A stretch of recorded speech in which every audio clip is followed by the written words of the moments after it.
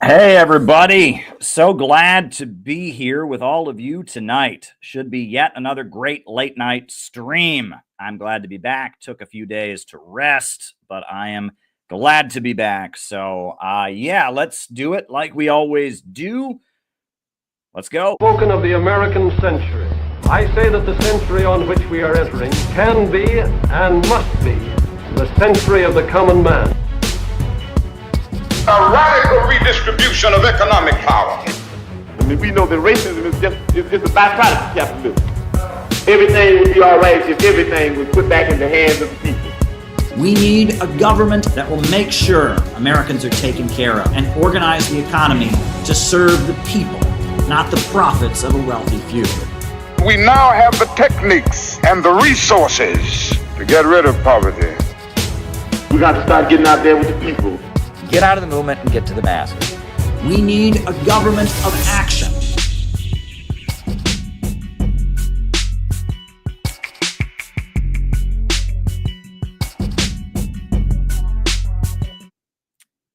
Welcome, everybody. Glad to be back. Took a few days to get myself together, take care of everything that we have to do. You all know we have a really big event coming up. We have a really, really big, awesome event coming up. We're headed to the inauguration. It's going to be absolutely amazing. We were on the phone with the hotel, picking out the food buffet, the food that's going to be there. It's going to be great. Inauguration day in DC, Hilton Garden Inn. It's going to be great. I am so excited. So excited for what we've got planned. It's going to be really, really awesome. Be there. But anyhow, tonight we're going to do it just like we always do. I give my opening remarks. Then from there, we do the roll call where I call you all out as I see you. Names and locations. Then from there, I'll answer your super chat and Rumble rant questions for the rest of the night. So by all means, please send super chat and Rumble rant questions for me to answer. That would be greatly appreciated because that's what makes the second half of our show so amazing is when I answer your super chat and Rumble rant questions. And you guys asked me some good ones. I cut sometimes when people ask me good questions and I get rolling, I cut them as separate things. And that's really what has made this channel really exciting is my kind of off the cuff conversational answering of questions. By all means, send any questions you got for the second half.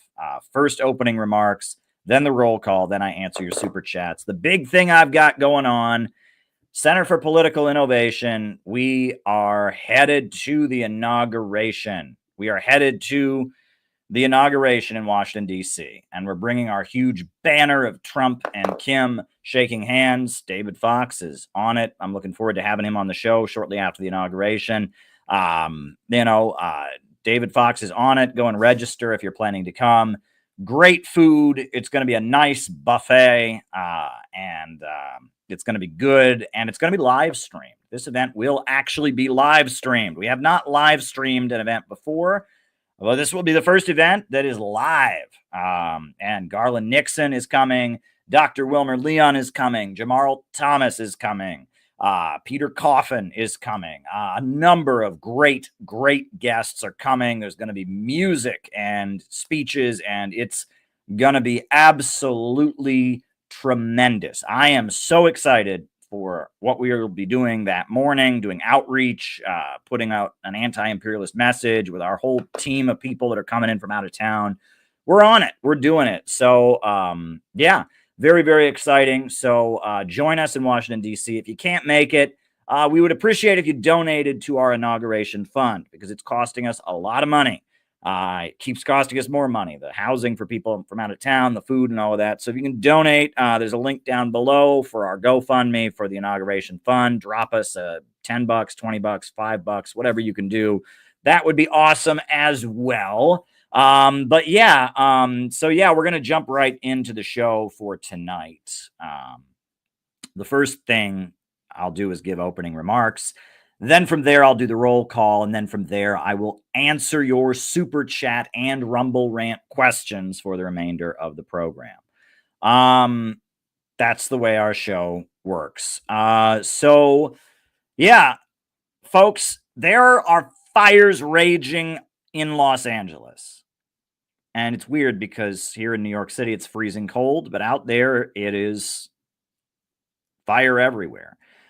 People are looking at these fires, and these fires are not just a natural disaster. They are a display of U.S. government incompetence. It turns out they cut the budget of the fire department of Los Angeles by $17 million prior to these fires. Turns out the mayor of Los Angeles, Karen Bass, wasn't even in town. She was in Africa. She was in Ghana, in Africa, at the time that the fires hit. Turns out that they gave a bunch of Los Angeles fire department equipment to Ukraine, gave Ukraine a bunch of their protective helmets, a bunch of their, rescue equipment. The EMTs that should be rescuing people didn't have the proper equipment because the USAID, led by the notorious Samantha Power, she gave it to the Ukrainians and gave it to the Ukrainian government. And so, we're just blatantly seeing the failure of the American government, in particular, the California liberal degrowth government, the woke Silicon Valley fascists, right? The COVID fascists, the lockdown extremists, the lockdown liberal government of California is just completely screwing up. And so many working people out in LA, and many even wealthy people out in LA, are totally suffering and miserable right now because of the failure of the American government out in Los Angeles. And even though tonight's opening remarks are focusing on Venezuela, I can't talk about it without talking about Los Angeles, because it's an utter disaster. LA is one of the richest parts of the country. That's where the richest of the rich live. Hollywood lives out there, and all these tech billionaires and Ben Shapiro and half of the people that were going to the P. Diddy parties and half the people that were hanging out on Jeffrey Epstein's island, and they're all out there. But a lot of working class people live out there as well. And I'm not happy at all about it, right? And I don't wish ill will on anyone. And I am outraged to see the utter failure of the American government. It's bad enough that they constantly have blackouts out there in California where the power grid is constantly going off. And we saw what happened out in Hawaii where they had a devastating fire because of a failure of the power grid. And now we're watching California where the power grid has been failing and the fires are burning, and they gave a bunch of their equipment to the Ukrainians, and they cut the budget of the fire department, and it's particularly outrageous. And it actually relates very, very directly to Venezuela. Because how is it that Nicolas Maduro became the president of Venezuela? Well, as you all know, Nicolas Maduro is the successor of the founder of the Bolivarian Republic of Venezuela and the Constitution of Venezuela, under which Nicolas Maduro was today sworn in for another term as president. That constitution was ratified by his predecessor, Hugo Chavez. How did Hugo Chavez become president of Venezuela?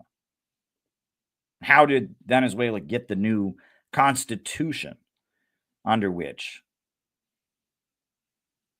Nicolas Maduro was just ratified? Well, the answer is mudslides. I guess it's not how Hugo Chavez became president, but Hugo Chavez was elected president of Venezuela. And he was a populist, and he was against globalization, and he was against neoliberalism. And originally, Hugo Chavez, he was a leader of the Venezuelan military, and he said he was against both capitalism and communism. And he was for whatever was good for Venezuela, and he was an admirer of Simón Bolívar. And Simón Bolívar was the George Washington of South America. He was the leader of the anti-colonial struggle of all of South America, and he wanted all of South America to be one country, Simón Bolívar. And Hugo Chavez was a paratrooper and a leader of the Venezuelan armed forces. And Venezuela had been devastated by cuts in public spending. The roads in Venezuela had fallen into complete disrepair. The electricity and the power grid in Venezuela would go off for weeks. Sounds familiar, doesn't it? Roads falling apart. Sounds familiar, doesn't it?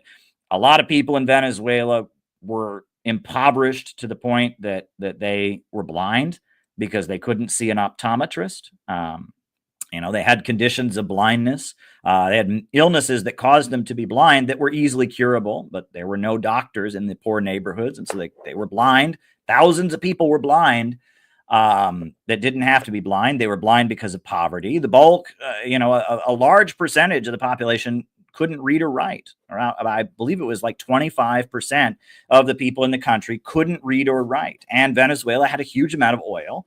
And that oil was going into the pocket of British Petroleum and Wall Street bankers. And it was technically nationalized under the Venezuelan constitution, but it wasn't really nationalized. And there was a corrupt elite in Venezuela that was using some of the oil money and cooperating with the American ruling elite to rob Venezuela of its wealth. Hugo Chavez was a leader of the military, and he wanted to make Venezuela's economy strong. And there was a coalition, and he got elected president on a platform of stopping cuts in public spending. And he said he was not a socialist, not a communist, but he didn't believe in the free market either. And he wanted to stop neoliberalism. And so Hugo Chavez got elected president. His political party was called the Movement for a Fifth Republic because he thought that their constitution was outdated. So he got elected with his political party called the Movement for the Fifth Republic, said he was against both capitalism and communism. But the communists worked really, really hard to get Nicolas Maduro elected. To get Hugo Chavez elected back in 1998, right? He got elected. He won the election. It was a very close election. And even though he wasn't a communist, and even though he had actually killed communists, right? Hugo Chavez had been the leader of the Venezuelan military that fought the communist insurgents during the 1980s. And he had actually killed communists before, but they formed a coalition. And Hugo Chavez won the elections in 1998, became president in 1999. And then right after Hugo Chavez, this prominent military leader who opposed cuts in public spending, was elected president, there were mudslides in Venezuela.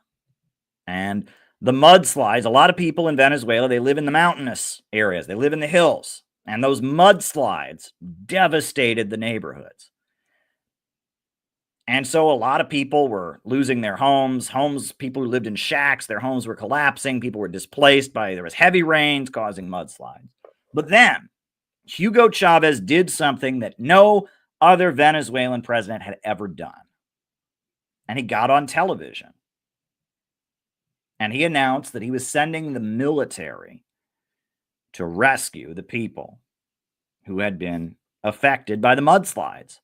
Never had that been done before in Venezuela. And he sent the army out to rescue the people from the mudslides. And then he got on television and he said, I am going to put the people of the country to work, raising money, doing community service. I'm going to mobilize youth brigades to go and help repair the homes that are damaged by the mudslides. And he responded to the mudslides by using the military and using the army to rescue the people. And when he did this, when the president of the country was on television saying, I'm going to use the army to rescue people, and I'm calling on you, the citizens, to get involved, and I'm going to put military uniforms on our young people and send them not to go fight in a war, but to go help people that have been affected by the mudslides. Everyone was like, there's something very, very different about Hugo Chavez. Something very, very different about him. And so, in a wave of patriotism, in a wave of love of the homeland, Bolivarianism, the people of Venezuela mobilized to deal with this disaster that displaced people, kind of like people are being displaced in this disaster in California. The people in Venezuela were being displaced by the mudslides, but the president got on TV and he mobilized them to do something about it. And the people were very, very impressed. They said, this guy is serious. And so after that, he had the organizations that were formed to help the people that had been affected by the mudslides remain intact. And they be called Bolivarian circles. And that they were patriotic organizations that were in every neighborhood and every town, Bolivarian circles. And then he pushed forward to ratify the new Venezuelan constitution. And the people overwhelmingly voted to ratify the constitution because they were impressed. They said this leader is doing things in Venezuela that have never been done before. He rescued the people from the mudslides, and they overwhelmingly voted to ratify the new Bolivarian constitution for Venezuela. And then what happened? Well, Hugo Chavez appointed a member of the Communist Party to his cabinet because the communists had worked so hard to elect him. And so he appointed this member of the Communist Party to his cabinet as a symbolic gesture.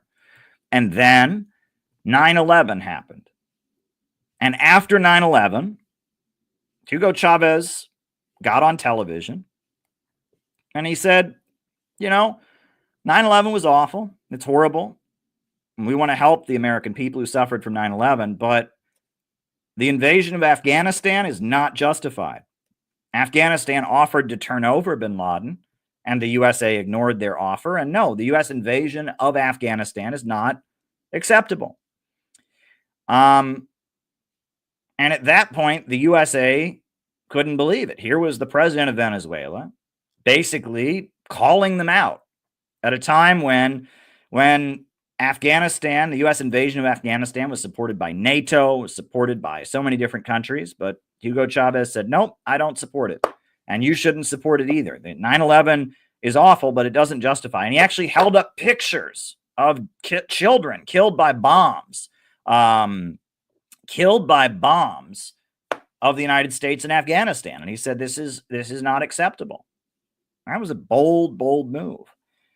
And then he announced that he was bringing Cuban doctors to Venezuela.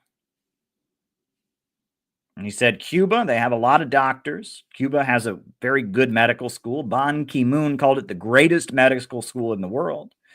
And he said, we're going to bring some doctors to Venezuela and set up healthcare clinics in the poor neighborhoods where low-income people can get medical care for free.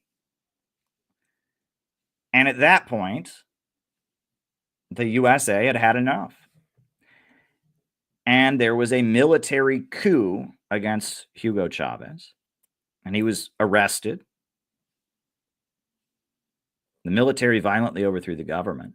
But then the palace guard, the soldiers who guarded the Venezuelan presidential palace, seized the presidential palace, and the rank and file soldiers of the military rose up, and the coup was defeated.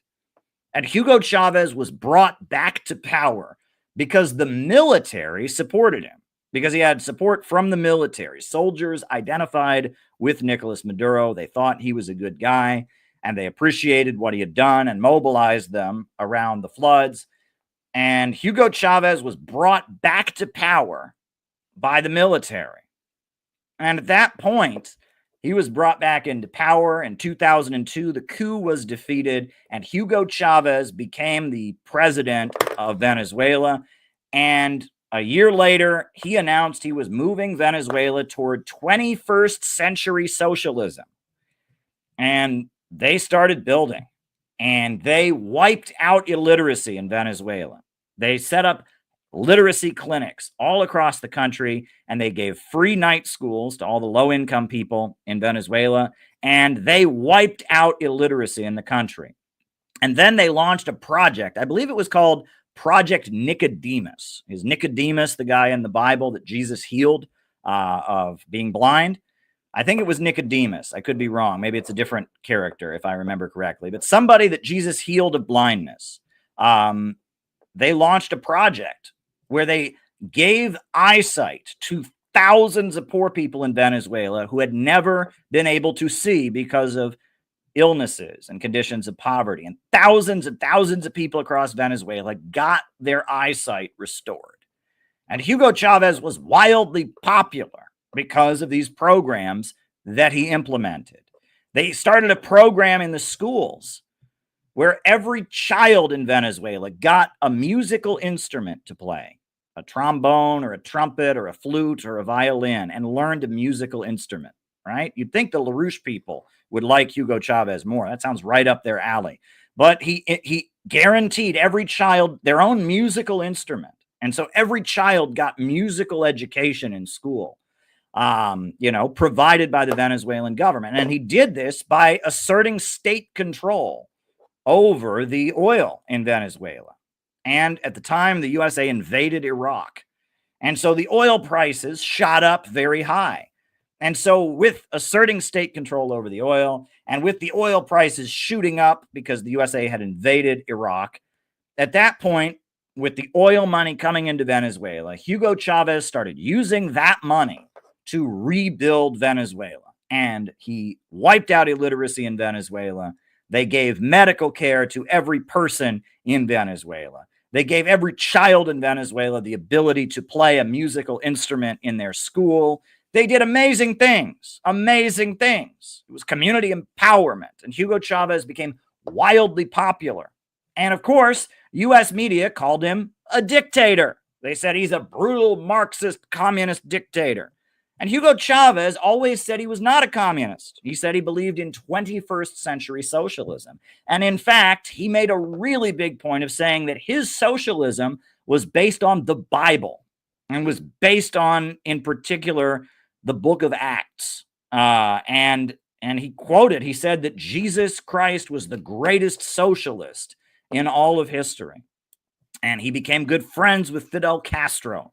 And he became good friends with Evo Morales, who became president of Bolivia. And he became good friends with the Nicaraguans, the Sandinistas, who came to power and were reelected in 2006. And Venezuela was on fire. It was the leader of like a new social movement all over South and Central America. People were adopting Bolivarianism as their ideology, Bolivarian socialism. And to be clear, they always made clear that Bolivarian socialism was not classic communism, and it wasn't, right? Bolivarian socialism drew heavily from the communist tradition. Evo Morales, the president of Bolivia, he began his inauguration with a moment of silence in memory of the great Che Guevara, right? That's pretty awesome, pretty communist, pretty socialist. But on top of that, Evo Morales, he had an indigenous shaman preside over his inauguration ceremony to make a statement that he respected the indigenous people and their religious practices. And on top of that, if you looked in Nicaragua and in Bolivia, in Ecuador, you had Rafael Correa who got elected, and in Honduras, you had Manuel Zelaya who got elected, and all over South America, South and Central America were lighting up with people that were inspired by what Hugo Chavez was doing. They started building affordable housing for people. Millions and millions of apartment buildings were created. And people got to live in these apartment buildings for free. For like the first year, you lived there for free as long as you attended socialist and communist education classes. I've been to Venezuela. I've seen all of this with my own eyes. It's utterly amazing. And he won the elections. And the USA said, oh, it's a dictatorship. These are not real elections. It's a dictatorship. Well, do you know who said they were real elections? Jimmy Carter. Jimmy Carter went to Venezuela with the Carter Center for Democracy and Transparency. And they went there and they said, these are fair elections. These are the most fair elections in the world. Jimmy Carter said that Venezuela had the most fair elections in the world. And they were fair elections.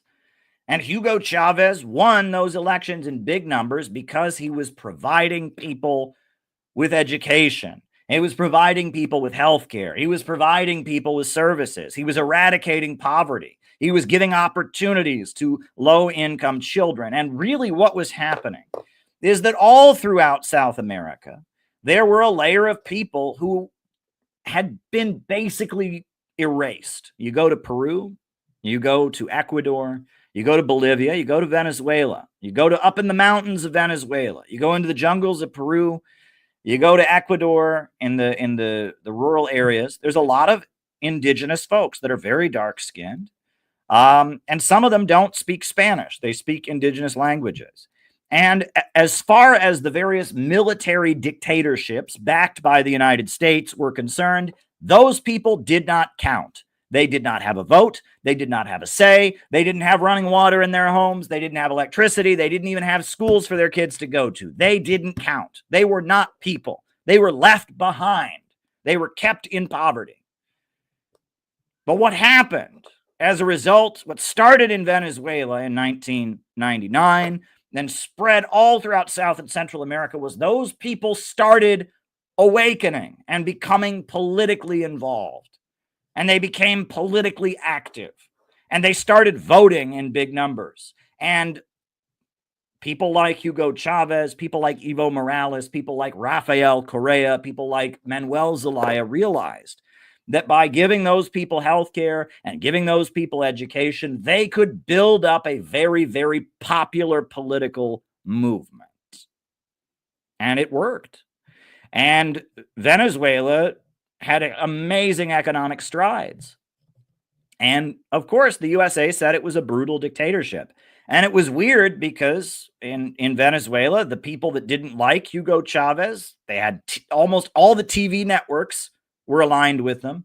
Almost all the radio stations and newspapers were aligned with them. They openly marched around the streets all the time.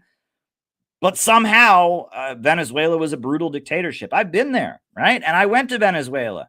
And I went there and I saw how openly the people in the rich neighborhoods hate the president, hate the leadership, but somehow it's a brutal dictatorship, right? That's what the TV says, right? And that goes to show you that they will always call socialist and anti-imperialist governments brutal dictatorships. They always will. It does not matter, right? And so the idea that there's going to ever be a socialist government that CNN and MSNBC and Fox and the New York Times admit is a fair and just government, that's never going to happen. If we win, they consider it dictatorship. And Venezuela they bent over backwards to have transparent elections. Jimmy Carter went there and said the elections were fair. They bent over backwards to allow the opposition to do whatever they wanted. And they still called it a brutal dictatorship because that's what they always say. That's what they always say when we win. If we win, it's a brutal dictatorship. If they win, it's fair and square, and it's just the world working as it is. But if we win, it's a brutal dictatorship. And you have to remember that. And Venezuela is a great example of that. There is no way in hell that Venezuela is a brutal dictatorship. No way in hell. I mean, in every possible way, they accommodate the opposition. In every possible way, they let them do what they want, and they still call it a dictatorship just because.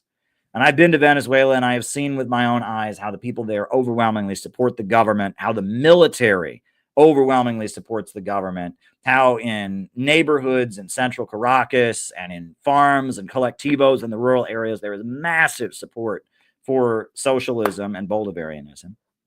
And yeah, they have done it. Now, after Hugo Chavez died, Nicolas Maduro, became the successor of Hugo Chavez. And right after Hugo Chavez died, Barack Obama teamed up with Saudi Arabia, and they drove the oil prices down.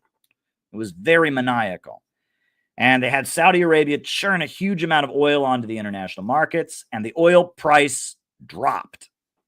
And at that point, Venezuela lost a huge amount of its state revenue because they relied heavily on oil. And then the USA put a huge amount of sanctions onto Venezuela. So Venezuela, in order to import products, like basic products, anything they didn't make into Venezuela, to import it, they would have to pay 3-4 times the cost.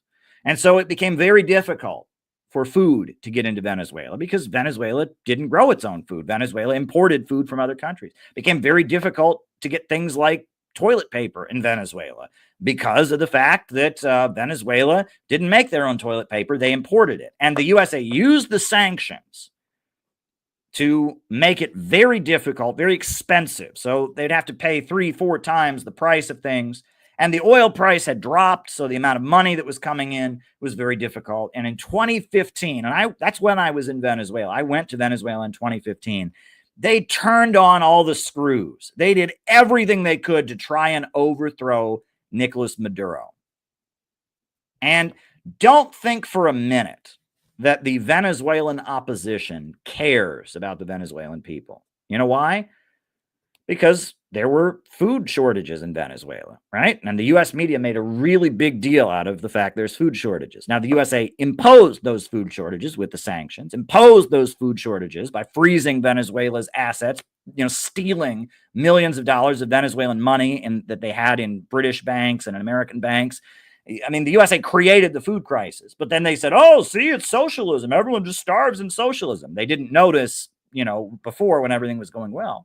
But then, when the food crisis was happening, the Venezuelan opposition burned food warehouses. And they caught them, actually. Leopoldo Lopez and the people that the USA backs went around burning food warehouses because they wanted to make the food crisis worse, because they wanted to overthrow the Venezuelan government. Now, that's a fact.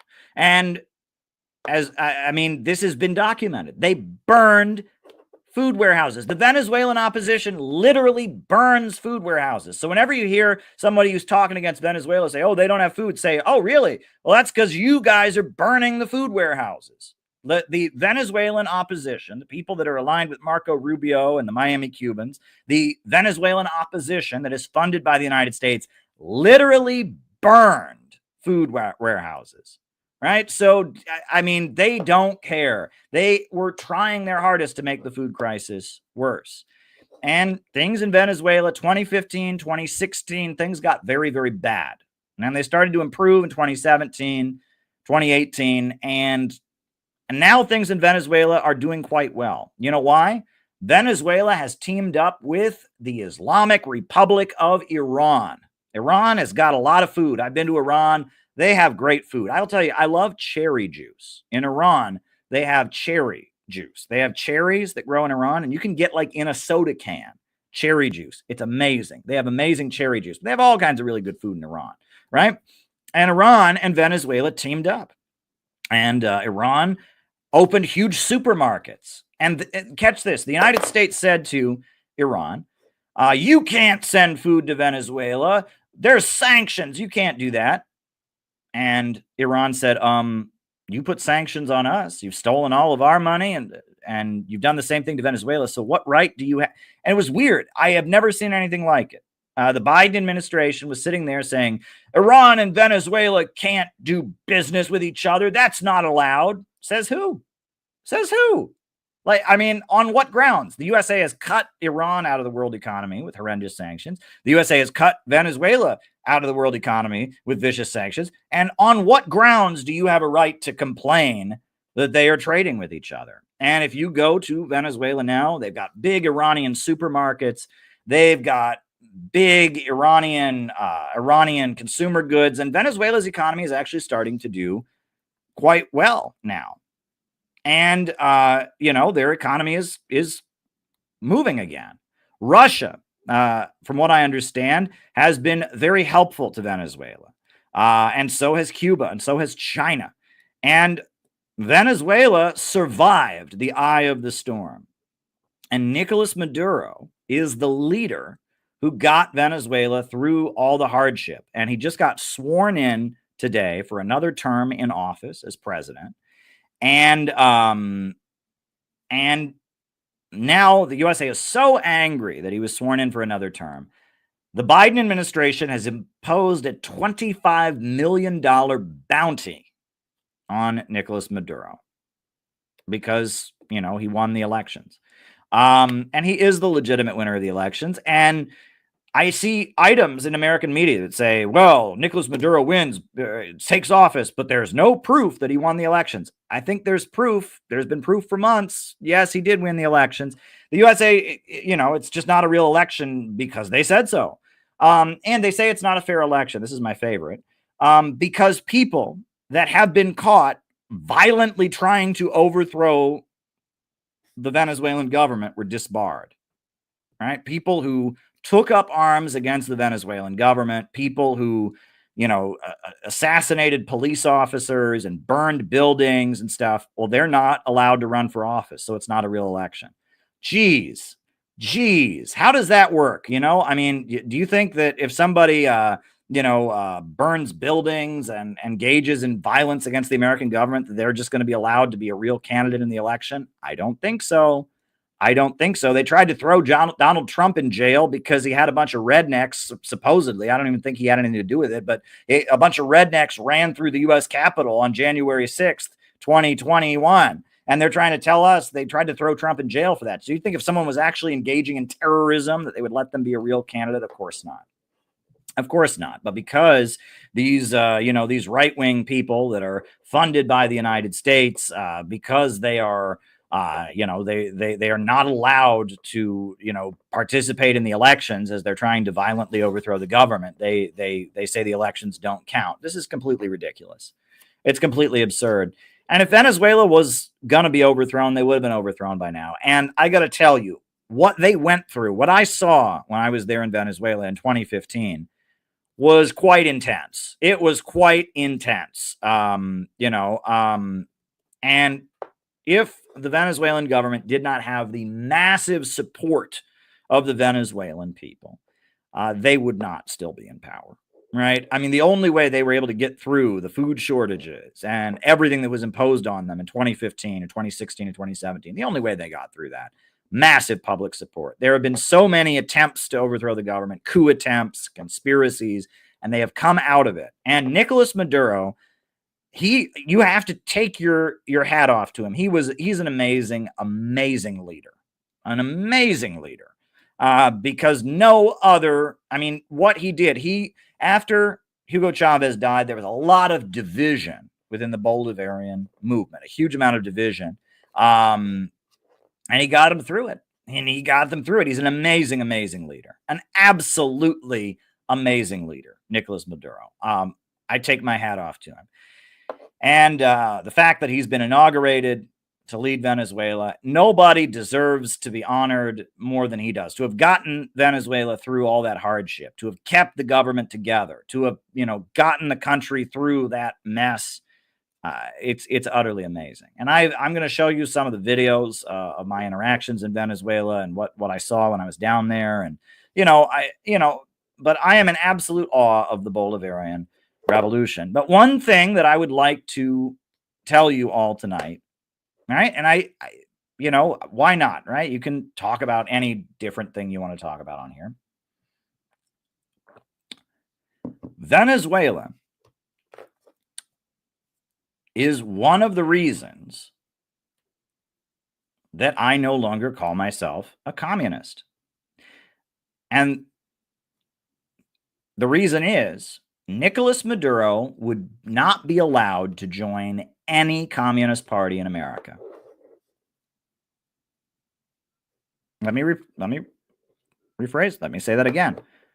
The leader of Venezuela, the leader of a socialist country that is the main anti-imperialist country in our hemisphere right now, that has eradicated unemployment, eradicated poverty, the leader of Venezuela would not be allowed to join any communist party in America. There is not a single communist party in America that would let Nicolas Maduro join. Why? Ask any communist group in America, can you join if you're against abortion, if you want to outlaw abortion? The overwhelming majority would say no. Well, in Venezuela, abortion is illegal. Ask any Communist Party in America, can you join if you're against gay marriage? Now, there's a few exceptions, but for the most part, they would say no. Gay marriage is illegal. They don't have gay marriage in Venezuela. Folks, Nicolas Maduro supports Donald Trump. And Donald Trump does not support Nicolas Maduro. He made awful tweets today, supporting the Venezuelan opposition and condemning Maduro. But Nicolas Maduro said the exact same thing I've said, which is we have a better chance of preventing World War III with Trump.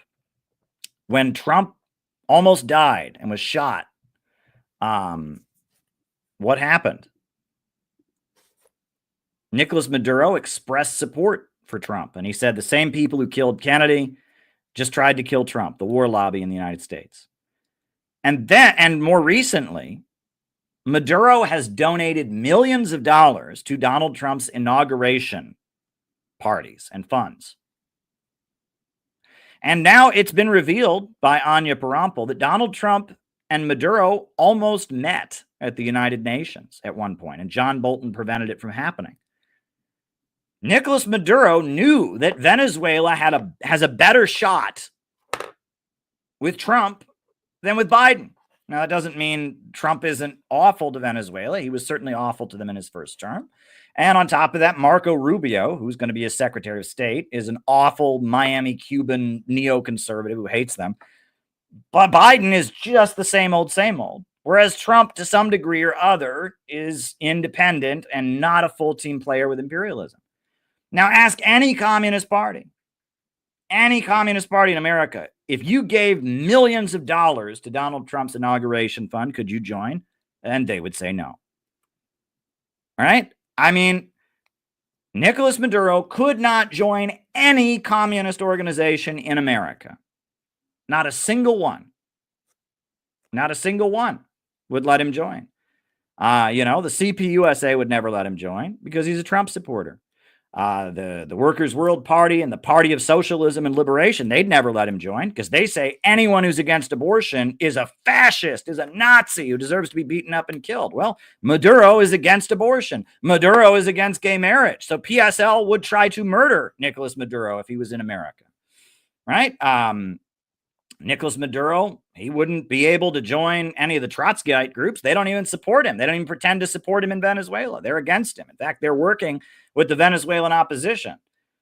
And don't try to tell me that Nicolas Maduro could join the ACP.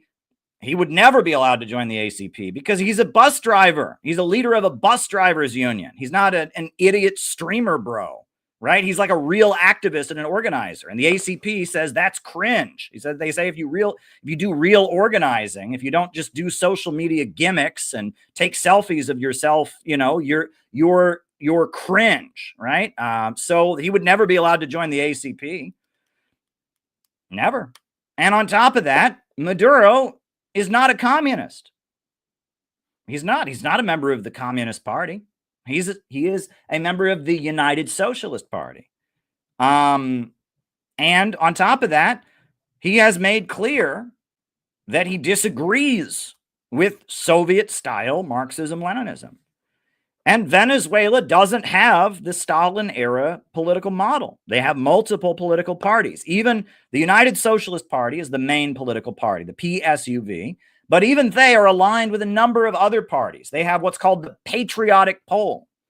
It's another reason they wouldn't be able to join the ACP. They work with other people. They don't dump on and smear and malign everyone who has a different disagreement with them, right? But in Venezuela, the PSUV and the Fatherland for All Party and the Tupac Amaro Party and there's the Movement Towards Socialism Party. There's a number of different political parties that are aligned with Nicolas Maduro building socialism in America, in Venezuela, right? It's a coalition, and the biggest one is the PSUV. The Communist Party used to be part of that coalition, but the Communist Party has denounced Nicolas Maduro.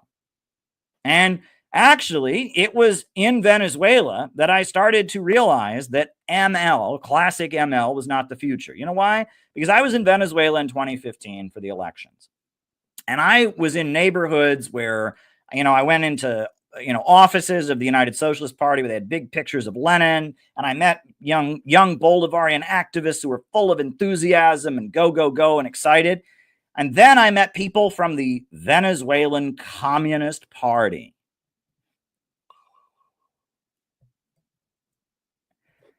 And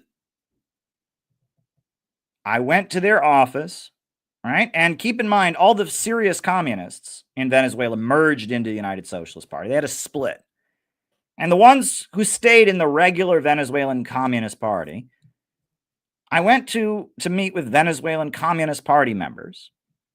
And at this point, they still technically supported Maduro. They weren't against Maduro at this point. Now they're full on against him. But I went to the headquarters and I met with the leaders of the Venezuelan Communist Party. And what I met was a bunch of boomers who were... And it was weird. I went to the rallies where there was young Bolivarian people that are so excited. We're going to raise our country up from poverty. We're going to defeat the imperialists and all of that. And then I met with the Venezuelan Communist Party. And I met a lot of old people that were like, this isn't real communism. I want the Soviet Union back. We could have had a full revolution, but Nicolas Maduro didn't go all the way. Oh, and I couldn't believe what I was seeing. The communists in Venezuela, unlike the United Socialist Party, unlike the Fatherland for All Party, unlike the Tupac Amaru Party, unlike the Movement Towards Socialism Party, all the other parties that were part of the Bolivarian process were like really cool. And they all had boomers in those parties too. And there were boomers in those parties that were also really cool.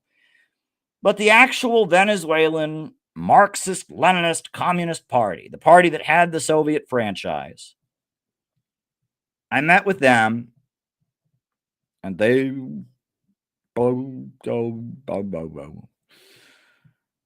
bitter, complaining, and some of them were even saying that Venezuela works for the Chinese imperialists and the Russian imperialists. It's not real communism. And I couldn't believe it. In fact, and when I was in Venezuela, I actually met with a Venezuelan journalist, a guy who was a reporter. And this guy had just quit the Venezuelan Communist Party. And he was a really big supporter of Maduro. And he had actually named his son Stalin because he loved Stalin. And I asked him why he quit. And he said, because it's certain people's ego trips, the Communist Party of Venezuela. And the Communist Party of Venezuela is now part of the U.S.-backed opposition. They follow the line of the Greek Communist Party, and they take the position they're neutral in Ukraine, and they have actually joined in anti-Maduro protests lately. If you look at Venezuela, there is an amazing, vibrant anti-imperialist movement that is heavily influenced by Marxism, but it's also Christian. Number one, it's also Christian. It's also influenced by indigenous culture. And it also embraces a market sector. A market sector. Imagine that. But that's a big part of 21st century socialism in Venezuela, is the government in Venezuela loans money to people to start their own businesses, just like in China, just like in Iran, just like in Vietnam. Nicolas Maduro is an innovationist. He's not a communist. He's heavily influenced by communism, and he was in the Partido Bandera Roja, the Maoist party at one point. He was a Maoist, but he's Roman Catholic. He practices Christianity, and he has said many times that they are never going to adopt the Soviet model. And the main way Venezuela's economy functions is that they fund people to have their own idea and be creative and start small businesses. And actually, when I was in Venezuela, I'll never forget going to the building called the Center for African Knowledge, because Afro-Venezuelans, there's a lot of Venezuelans that are descended from African slaves that are black. And Hugo Chavez was partially black. He was partially, he had black heritage, and that's a point of pride. And in Venezuela, the government of Venezuela has built this beautiful building called the Center for African Knowledge. And it's a building dedicated to Afro-Venezuelan heritage. And when I was in that building, I thought it was neat because the building, if I remember correctly, it didn't have stairs. It had like a circular ramp that you'd go up, and it was like a circular ramp going up. And there was a museum on the top floor about the heritage of Afro-Venezuelans. But as you went up, the whole way up, there were stores. Stores owned by Afro-Venezuelans who had gotten a loan from the Venezuelan government to start their own business. And they were Afro-Venezuelans who made handbags. They were Afro-Venezuelans who had bookstores. They were Afro-Venezuelans who made clothing. And they had their own businesses. And the government had given them money to start their own business. That's revisionism, Caleb. The Soviet model. The government's got to run everything. That's revisionism. No, it's not. That's what makes Venezuela work. And do you think that Maduro would have the support of all those Afro-Venezuelans if he hadn't given them money to start their own business? Do you think that Maduro would have the support of all those Venezuelan farmers if he hadn't given them money to start their own farms? Of course not. 21st century socialism means you have a planned economy where the state controls the banks and controls the major sectors of the economy, where you have 5-year economic plans, but within the overall state central plan, you enable people to innovate. That is the new model. And that is the system that Venezuela has. It enables people to innovate. There are a number of people in Venezuela who have become billionaires, millionaires and billionaires because of socialism in Venezuela. And in fact, China, with its vast market sector, has a higher rate of state ownership than Venezuela does. In Venezuela, the government controls the oil, which is the main center of the economy, the natural resource, and it lends money, but the private sector is the overwhelming majority of the economy. However, the private sector largely is directed by the state. The government, with its national bank, lends money to cooperatives, to colectivos, to start their own businesses. And it lends money in accordance with its state central plan. The invisible hand does not run Venezuela. Venezuela has a lot of private businesses, but they are directed by a government of action that fights for working families. Venezuela is an innovationist country. They don't call it that. They call it Bolivarianism because Hugo Chavez was an admirer of Simón Bolivar, the national hero of the country. And it's socialism, but it is Bolivarian socialism. It is socialism for the 21st century. It's not classic Soviet-style Marxism-Leninism. And there are people in Venezuela who believe in classical Soviet-style Marxism-Leninism, and they suck. And they are working with the U.S. imperialists because that's not real communism. And they are the most boring, unexciting people that I met on the trip. And it's weird. You would think that. And at one point, it wasn't the case. But all the Venezuelan communists who really wanted to fight the imperialists merged into the United Socialist Party, or they joined the Fatherland for All Party, which is also a communist party. They joined the Movement Toward Socialism Party. But the Communist Party, the official Communist Party of Venezuela, is led by a bunch of doofuses who want to own communism. I'm in charge of communism. I'm the Stalin. And they're on the wrong side, just like in America. American communist groups and Venezuelan communist groups are the same. And you know why Nicolas Maduro and Hugo Chavez were able to make a socialist and anti-imperialist movement in Venezuela? Because they got out of the movement and to the masses. They didn't keep playing that stupid game. If Nicolas Maduro, the leader of the bus drivers union, had joined the Venezuelan Communist Party and been an obedient member of the Venezuelan Communist Party, he never would have been the important dynamic leader of Hugo Chavez's mass movement that created the Bolivarian Republic. If Hugo Chavez had not run for office on a platform of Bolivarianism and socialism for the 21st century, if he'd gotten up there and said, I'm just trying to do good old, the same old kind of communism, if he'd joined the Venezuelan Communist Party and followed their rules and never made sure to never outshine one of the loser boomers who was in charge of the group and is in charge, communism's my thing, Venezuela would never have had a mass movement. If Venezuela had not broken out of stupid, LARPy, Cold War bullshit communism, Venezuela would not be an anti-imperialist country today. Millions of people would not be lifted out of poverty. I'm just telling you the facts. These are the facts. So if you think that the reason that one should, join one of these old communist parties is so we can build an anti-imperialist movement here and defeat imperialism like the Venezuelans have, you are wrong. And in fact, if the main communist party in Venezuela is on the side of the imperialists, Venezuela is an innovationist country, and the political model that they advocate for Venezuela, where the state enables people to start their own businesses as part of an overall plan, where the state controls the banks and the state controls the natural resources, and it uses that money to enable the population to innovate, where they invest in every child and they give them a musical instrument. It's wild. When I first moved to New York City, this is before Venezuela's economy got bad, they actually had an orchestra for children in America that was paid for by Venezuela in the Bronx.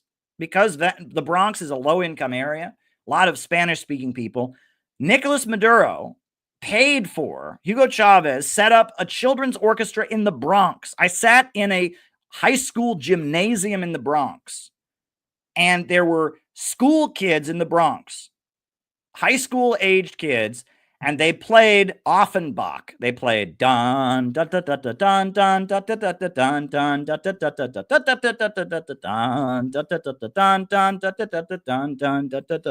dun dun. A group of Latino high school kids in the Bronx with musical instruments that Nicolas Maduro and Hugo Chavez gave them were playing classical music. No communist group in America would ever play classical music. That's racist, Caleb. Classical music is white. Only white people like classical music. That's not true. Beethoven was part black. He had North African heritage. No, Caleb, classical music is racist. Well, the Venezuelan government that led a group of mostly black and brown people to build a movement for anti-imperialism, one of the things that they have done is they have enabled every child to have classical musical education in school. Why? Because the toxic culture that comes out of America, right? And I'm not saying that there's something inherently wrong with hip-hop. Hip-hop can be good music. There's nothing wrong with country music. There's nothing wrong with rock and roll. But the toxic culture that is promoted in Western media is something that Venezuela is fighting against. And they want their children to have classical education in Venezuela. And no communist group in America would ever do that. I remember years ago, I made a video about Lenin's book, The State and Revolution. And they wouldn't show it. The communist group would not show the video because the background music I had in the video was classical music, and young people don't like that kind of music, I was told.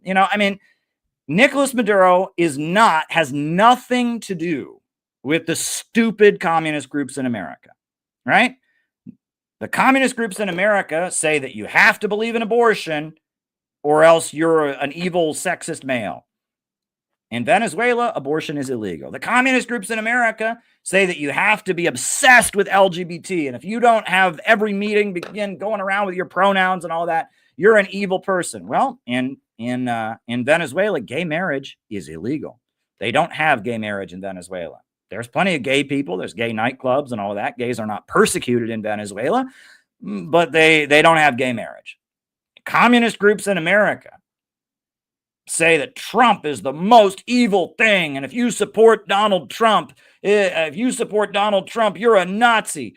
Nicolas Maduro supports Donald Trump and says that it was the war lobby that tried to kill him and donated millions of dollars to Donald Trump's inauguration fund. Nicolas Maduro doesn't believe in having a totally state-run economy. He recognizes that anti-imperialism in our time, like in Vietnam, like in China, like in Russia, like in Iran, involves a market sector.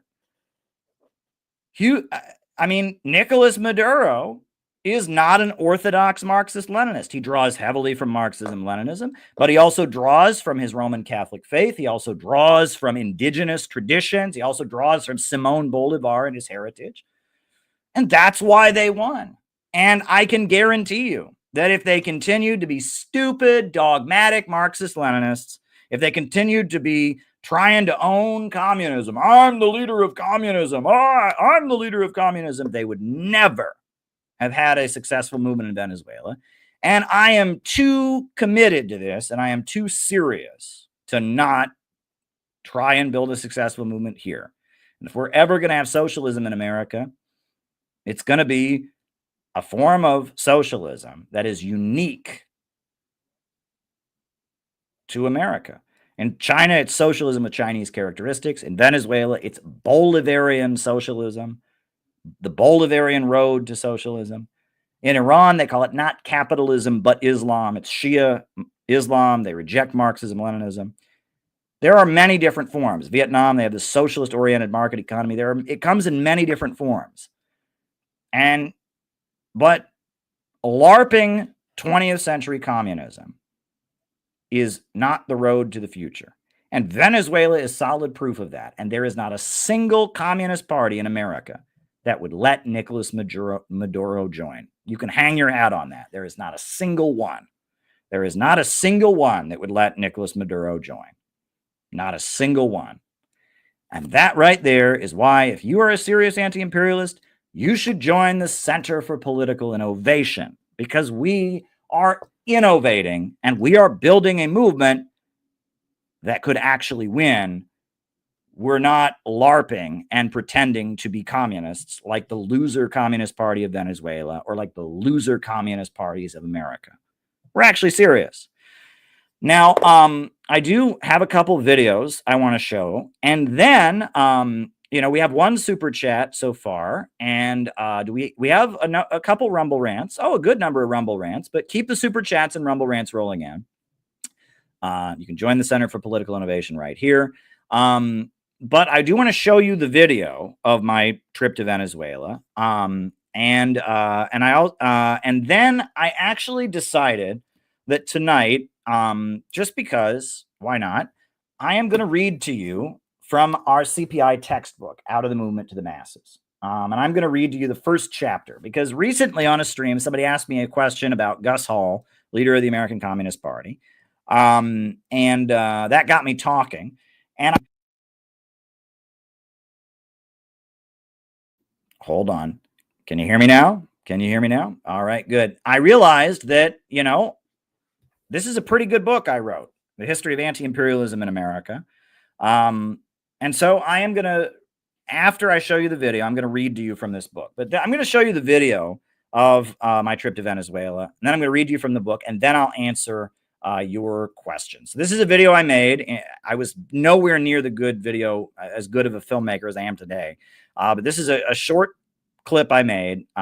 It's called Inside a Bolivarian Commune. This will show you what life is like in central Caracas in Venezuela.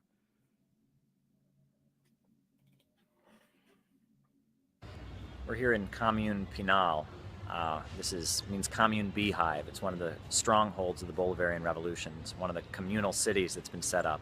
It's here in the center of Caracas. Here all the people live collectively, and they are strong supporters of the revolution, and they're trying to build collective businesses and ownership over the economy. It's quite an inspiring place to be at Beehive Commune.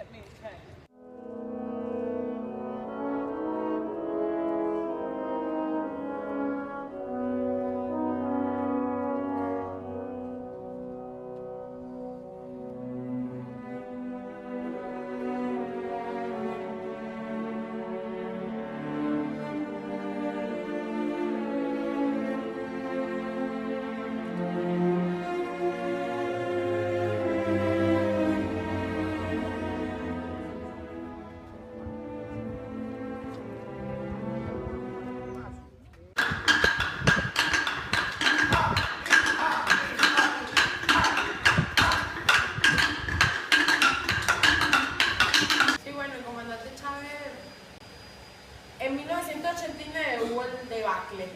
Salió Fukuyama y dijo: el fin de la historia, ha triunfado el capitalismo sobre Guerra Fría, todas esas cosas. Y exactamente en 1989, el 27 de febrero, Venezuela da en el mundo el primer símbolo de rechazo contra políticas neoliberales que pasó acá, que se llamó el Caracazo. So in 1989, Fukuyama talked about the end of history and how capitalism had triumphed in the world. Yeah.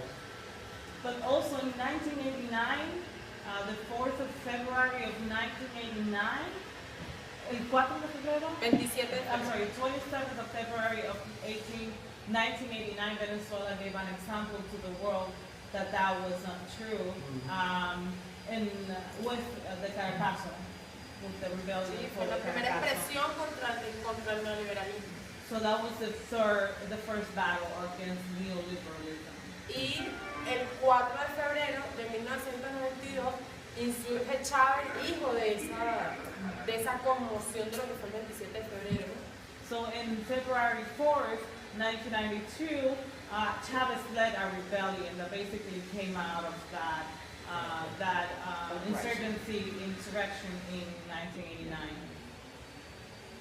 Con mucho tacto y muy inteligente, Chávez no se iba a poner ortodoxo, dogmático, anacrónico, de encasillar el modelo soviético, agarrarlo y copiarlo y pegarlo, pero en Venezuela porque nos iban a decir: ustedes están crazy. So in a very tactical and intelligent manner, without any dogmatism or any orthodox ideology, Chavez knew that he could not take the Soviet model and copy that here because he knew that people were going to think he was crazy. Entonces Chávez utilizó su carisma, su esencia, su espíritu, lo venezolano, nuestras creencias, nuestras culturas, y empezó a darle ese símbolo, ese espíritu indoamericano, estilo José Carlos Mariátegui, que es el socialismo indoamericano. Ni calco ni copia, sino creación heroica de los pueblos, decía Carlos Mariátegui. Entonces Chávez empezó a vivenciar, no hacer estilo eclecticismo, ¿no? Pero sí decir: bueno, vamos a hablarle a nuestro pueblo venezolano del socialismo. Si nos metemos con el tema de la religión, va a ser un entrompe, o sea, como que un problema muy a fondo. Vamos a realmente a tratar de solventar las reivindicaciones, las cosas esenciales de la vida, y desde allí hablar del socialismo. So Chavez, using his charisma, his very Venezuelan way of being, and he started talking to the people about socialism, but also using, understanding that there's a religiosity here in the country, so he used that as an entryway to talk to the people about socialism. ¿Viste la Mariátegui? No. Ah, pendiente, repito. Que fue muy largo. So dime de nuevo. Bueno, que Chávez adaptó ese socialismo indoamericano al estilo José Carlos Mariátegui. So basically, Chavez adopted the ideology of the Indo or our American socialist ideology of Carlos Mariátegui. Y dice: no es calco ni copia, sino creación heroica de los pueblos. Okay, so this is not a copy or plagiarism. This is a creation that comes from the people themselves. Entonces, él, desde lo que somos, empezó a construir el socialismo del siglo XXI. So from where we stand, he started building the socialism of the 21st century. Entonces no se iba a meter con Dios. Es más, él decía que Cristo fue el primer socialista del mundo. So, he wasn't going to mess with God. He used to say that Christ was the first socialist in the world. Y Ana Caona, que es mi nombre, la creyente, la que me dijo que era creyente, cree en ese Cristo. And Ana Caona, which is her name, believes in that Christ. En el que reparte el pan, The God that, that gives the bread, el que ama al prójimo como a sí mismo, the one that loves thy neighbor as como a yourself, sí mismo, el que expulsó a los mercaderes del templo, the one that expelled the people from the market. el que fue justo, the just el que Christ, visitó al enfermo, no al sano, the one that visited the sick people, y el que murió por su idea. and the one that died for his ideals. Yo en ese Dios creo, en So- el Dios de lo humilde. So that's the Christ, that's the God that she believes in. Y en ese the fue el God Dios que of the creó humble. Chávez. And that's the God that Chavez believed in. Bueno, somos hijos de Chávez realmente. De hecho, yo tengo 25 años y cuando le dieron el golpe de Estado al comandante Chávez, yo tenía 12 años. So, No tenía ningún tipo de participación política y simplemente el hecho de ver gente bajar de los cerros a decir, yo quiero ver a Chávez, yo voté por Chávez, ¿dónde está Chávez? Eso a mí me causó gran impresión. Yo tenía 12 años, era una niña. Y a partir de allí el espíritu, o sea, somos hijos de la revolución. Y es por eso que esta juventud la va a defender como sea. so they are the children of Chavez. She's 25 now, but back then in 2002, when the coup against Chavez happened, she was only 12. And she was very impressed by seeing the people coming down from the shanty towns to the city demanding that they voted for Chavez and they wanted Chavez. So for that, it left a mark on her. And since then, she understood that they're the children of the revolution and that they will defend this revolution by any means. Chávez fue el mejor profesor. Mira, tú no Chávez me was the cansabas best de teacher. escucharlo, de verlo. Eran 8 horas de transmisión en cadena nacional y tú estabas ahí pegado donde lo escuchabas. So Chavez was the best teacher, and she wouldn't get tired of listening to him. And he used to have the TV show for 8 hours, and she wouldn't get tired of Max watching Weber, him. un gran filósofo, sociólogo, hablaba de los carismas.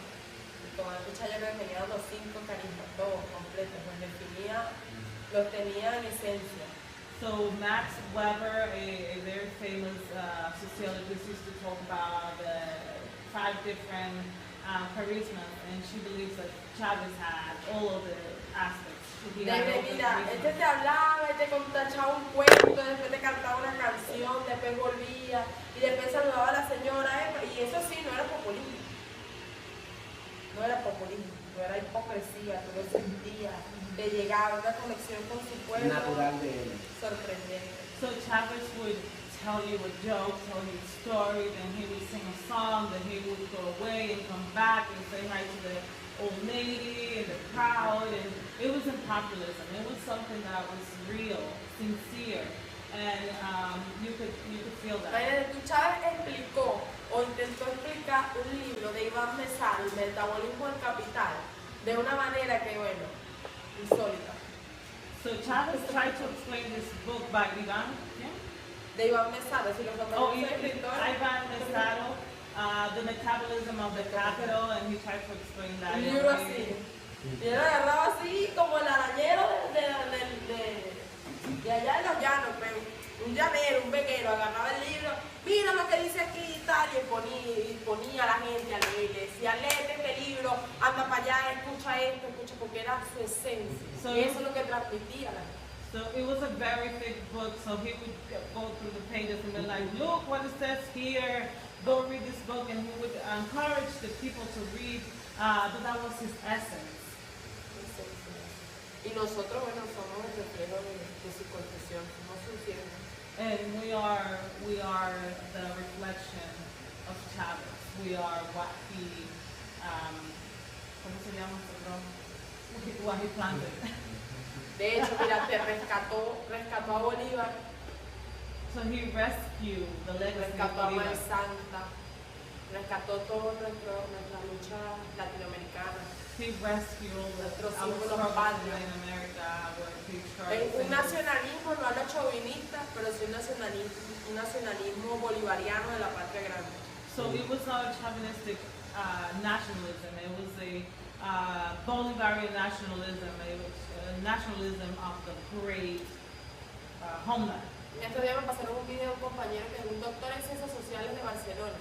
Y él estaba comentando y hablando de Chávez y decía que una amiga afro-venezolana de él decía, desde que llegó Chávez y desde que Chávez me enseñó ya no me daba pena mi nariz. Era afro-venezolana y no le daba pena su nariz.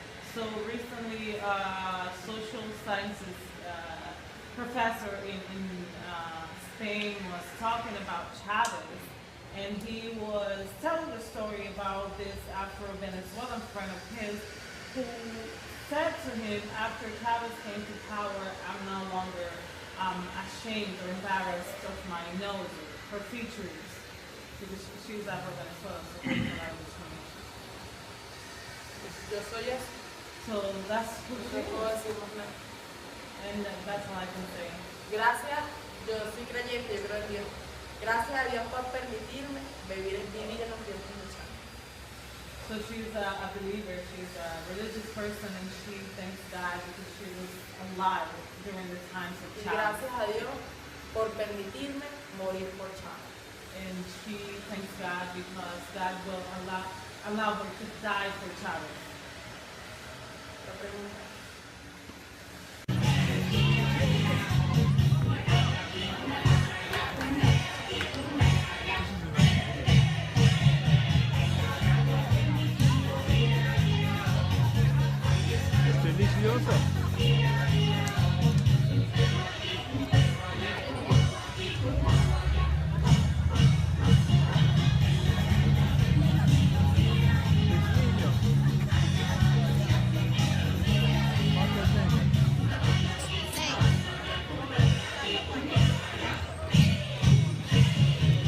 This here behind me is the radio and TV station. It's run out of the Beehive commune here. It's where they kind of broadcast revolutionary messages all over the country. It's collectively run by the people who live here in the commune.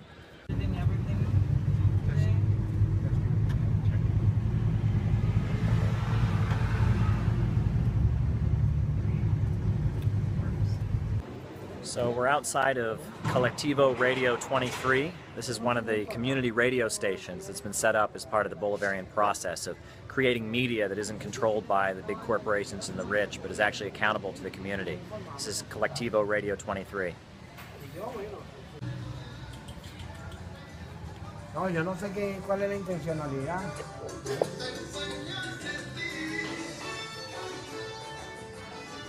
Now you'll notice that's a picture of Bashar Assad and a picture of Ahmadinejad, because apparently this radio station got a loan from Iran to set itself up, which I think is fascinating. Just wanted to throw that in.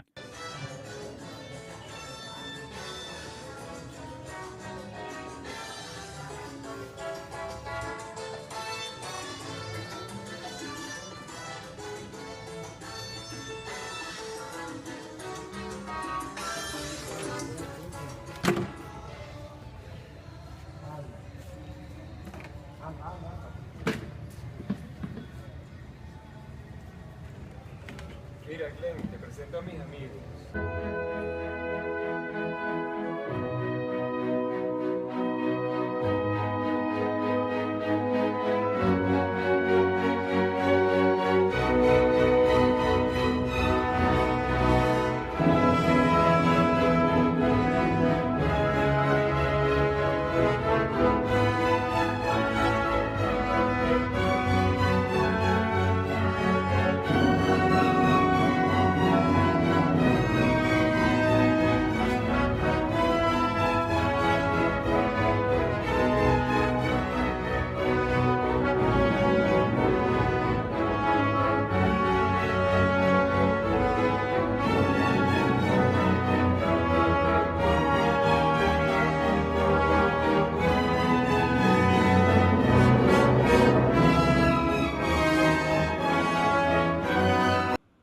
So there's that. I should also mention that Nicolas Maduro once mentioned a CPI rally in a speech. So I don't know if you remember, but the U.S. government arrested Alex Saab. Alex Saab was a Venezuelan diplomat, a Colombian-born man whose job it was to arrange for business relations between Iran and Venezuela.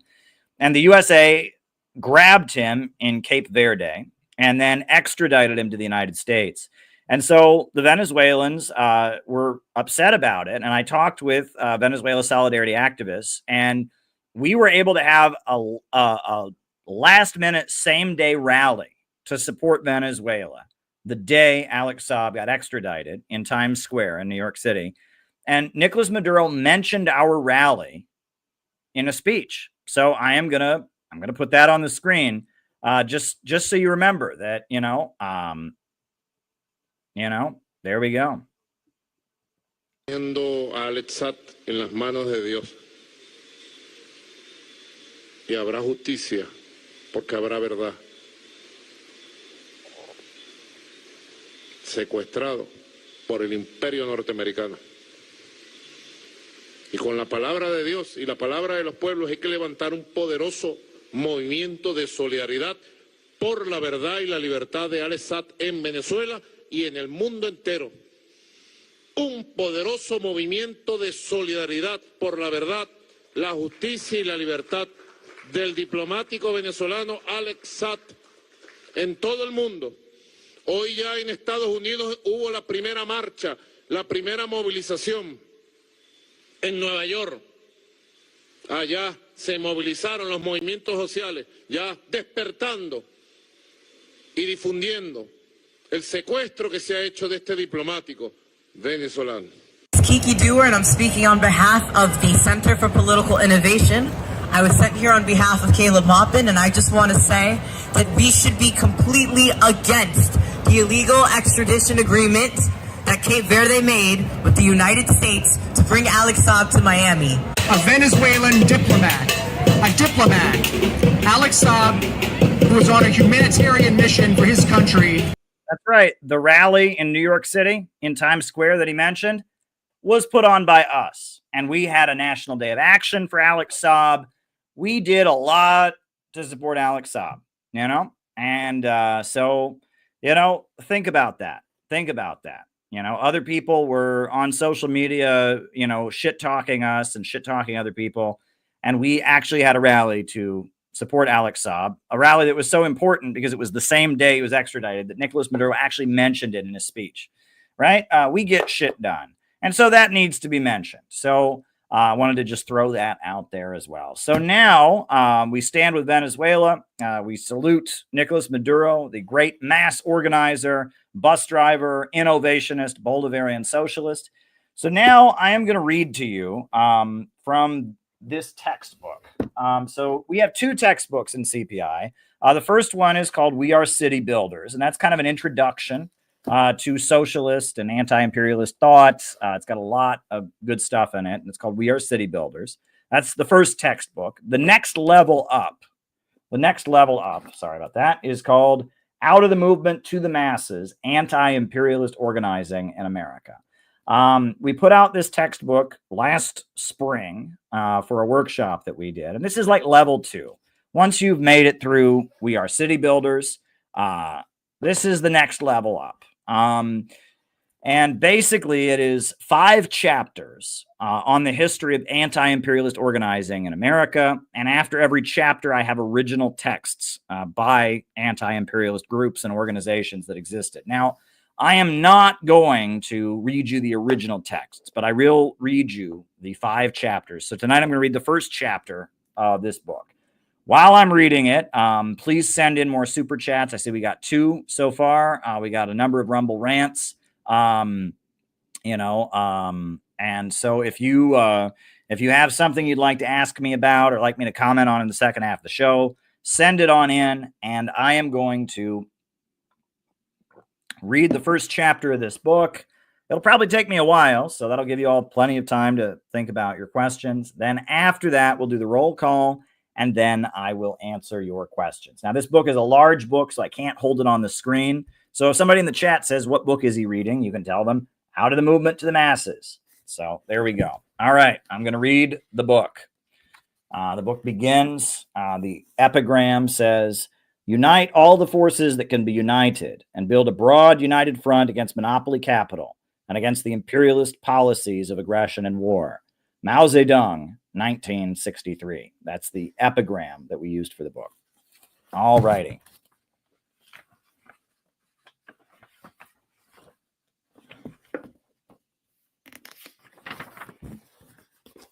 Okay.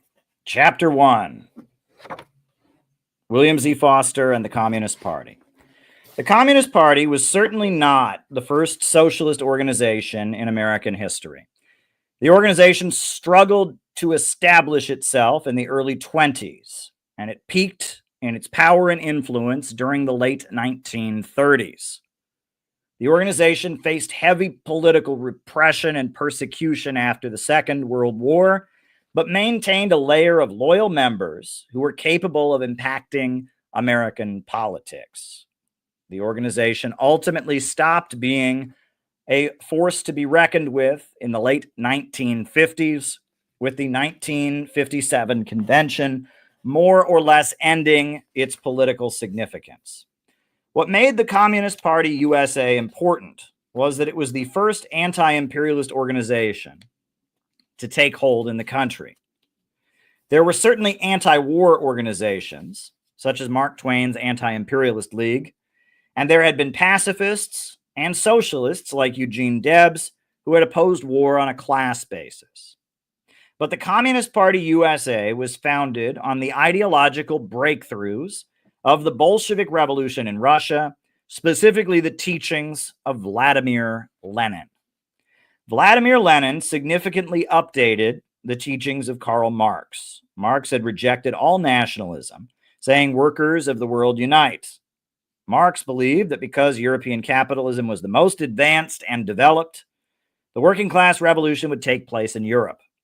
Marx envisioned a revolution of industrial workers, taking control of the government and using state power to centralize production and institute popular control of industries.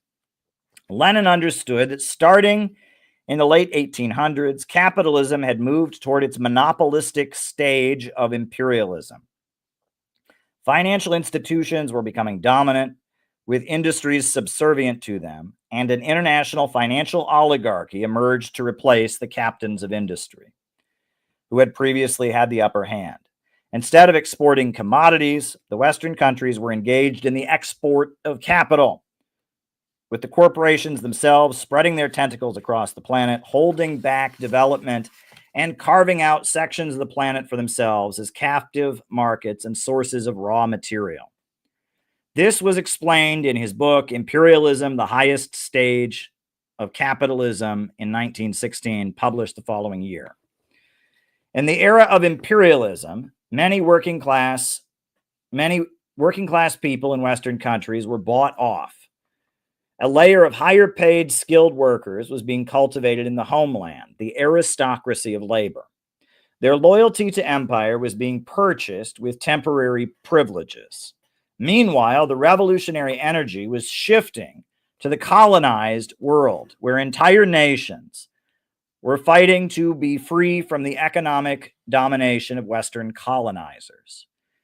In the colonized world, the working class could position itself at the center of struggles for national liberation, to free entire countries from the domination of the global system of imperialism.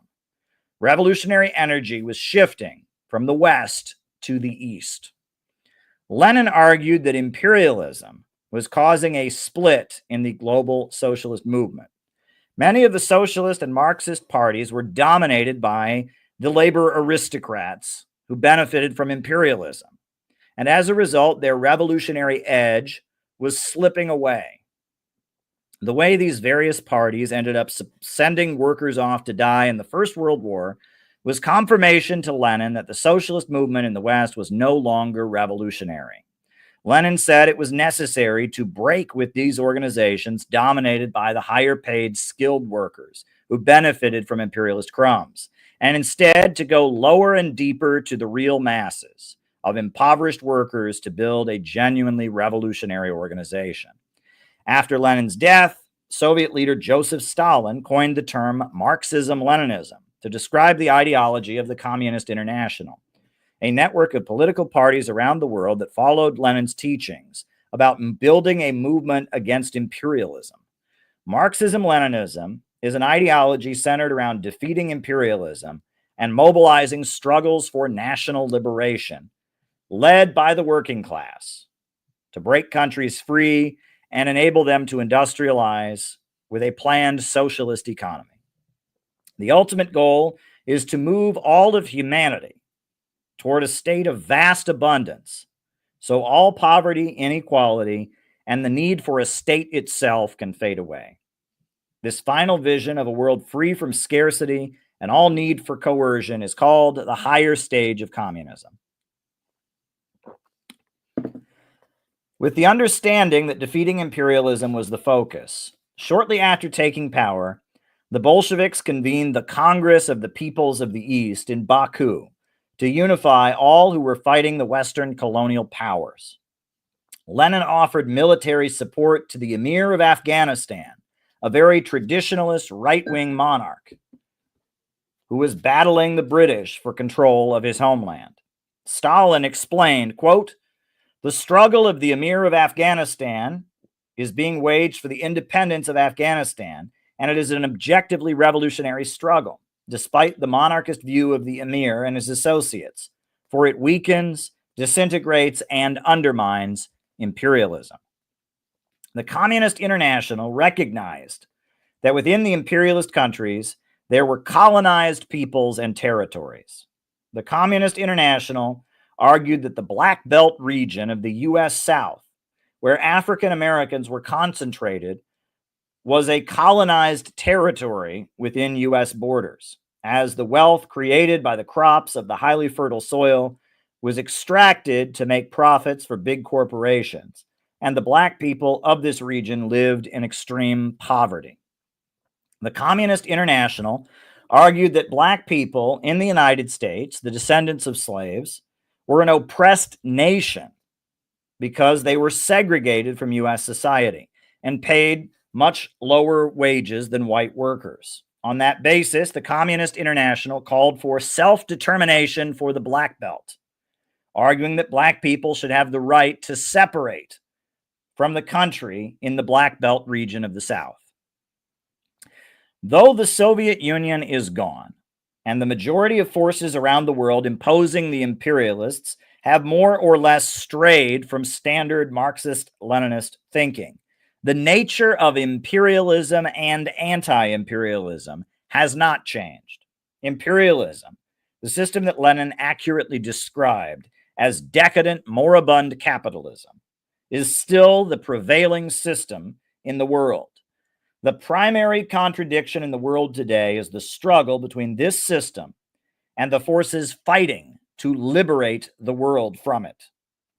Marxism-Leninism laid the basis for Russia and China industrializing, for the Cuban Revolution, for the wave of national liberation struggles that has laid the ground for the emerging economy in the world today. The BRICS, the Eurasian Economic Union, the Bolivarian Alternative of Latin America, the Shanghai Cooperation Organization, and the Axis of Resistance in the Middle East all exist because of the breakthroughs in the struggle against imperialism, which began with Lenin and the Bolsheviks.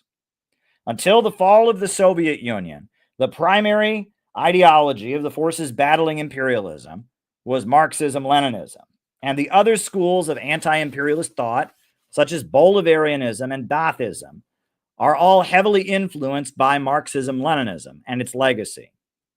These forces identify the system of imperialism as Lenin understood it as their enemy on the global stage.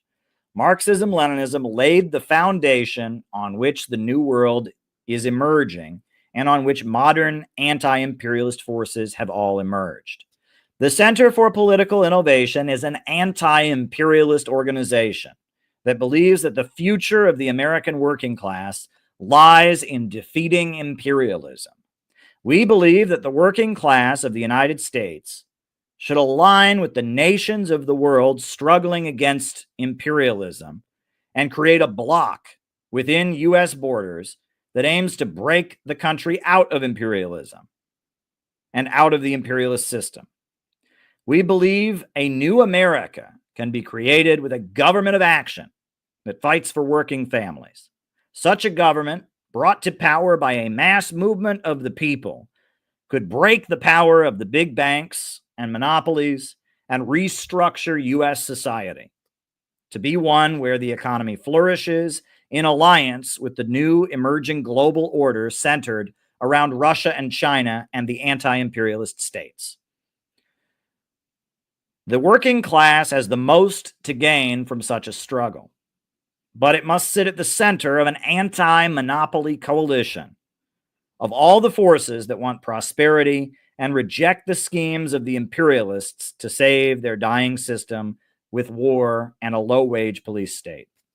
With this understanding, the history of the Communist Party USA is extremely important for us to study. The Communist Party USA was the first anti-imperialist organization in American history. It was the first organization based on this understanding of the world, understanding that imperialism and the struggle against imperialism is the defining question of our epoch. The Communist Party was highly successful, and it had the support of millions of people in the United States during the late 1930s, when it was organized in industrial unions, fought for racial equality, and opposed fascism. The person whose leadership more or less defined the Communist Party from its inception to its collapse into irrelevance was William Z. Foster. William Z. Foster's origins came as a leader of the labor movement. Before Foster became a communist, he was a union organizer. He represented the anti-imperialist wing of the labor movement, the section of the American industrial working class that aligned with the Soviet Union and the people of the oppressed nations of the world struggling against imperialism. The labor movement was a natural outgrowth of capitalism. Feudalism was replaced by a system where profits defined production. Society was divided between property owners and wage laborers. Among the workers, combinations emerged demanding better treatment from employers, higher wages, shorter hours, and safety.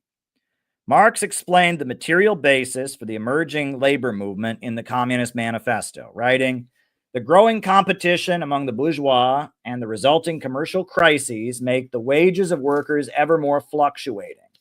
The increasing improvement of machinery ever more rapidly developing, making their livelihood more and more precarious.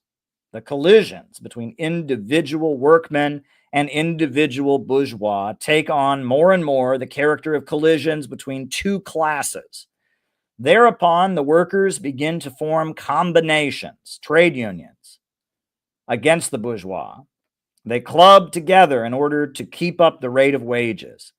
They found permanent associations in order to make provisions beforehand for those occasional revolts. Here and there, the contest breaks out into riots, and now and then the workers are victorious, but only for a time. The real fruit of the battle lies not in the immediate result, but in the ever-expanding union of the workers. This union is helped on by the improved means of communication that are created by modern industry, and that place the workers of different localities in contact with one another. These combinations also fed the hungry and provided services for those reduced to extreme desperation. Marx acknowledged that the first working class movement in history was the Chartist movement in Britain. As capitalism expanded, so did the working class, and so did the working class movement. William Z. Foster was the son of an Irish freedom fighter who had fled to the United States. He was born in a small town near Boston called Taunton, and he spent his youth in Philadelphia.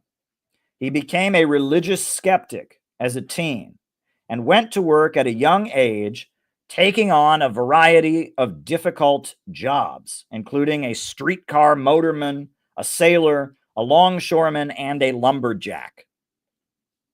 He also worked in many factories, manufacturing lead paint, fertilizer, and railroad cars.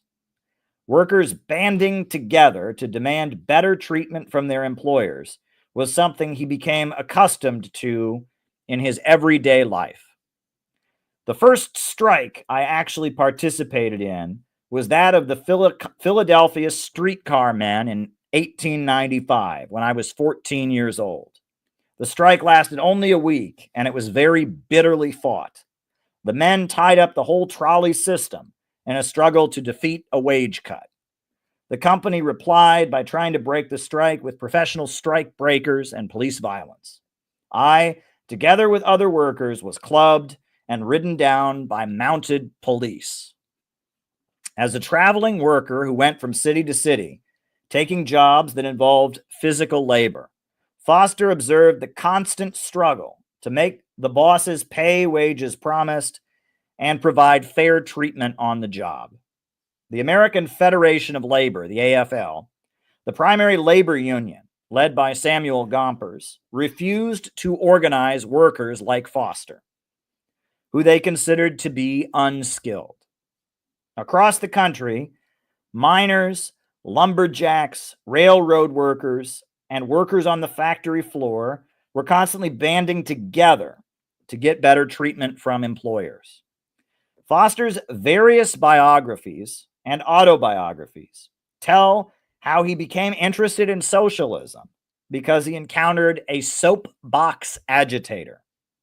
Back in these times, it was common for radicals to stand on street corners, slightly elevated by a stool, a ladder, or a wooden crate, and raise their voices about the need for working class power.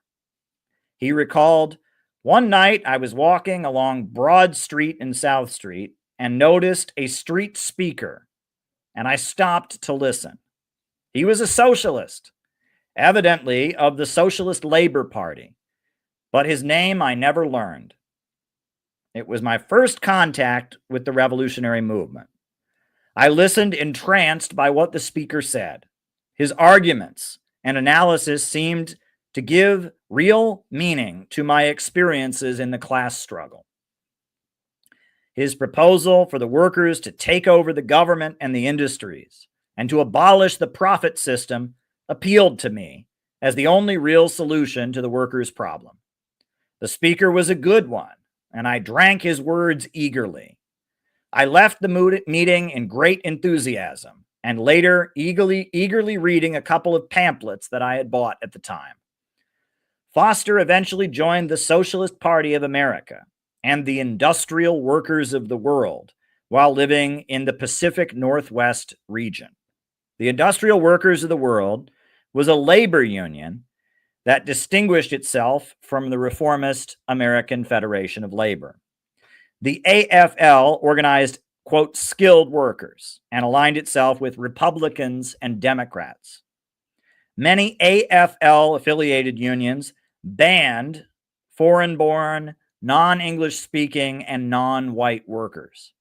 The IWW was an industrial union, meaning it had no barriers based on level of skill, and all wage employees were welcome to join, regardless of their race, national origin, or spoken language.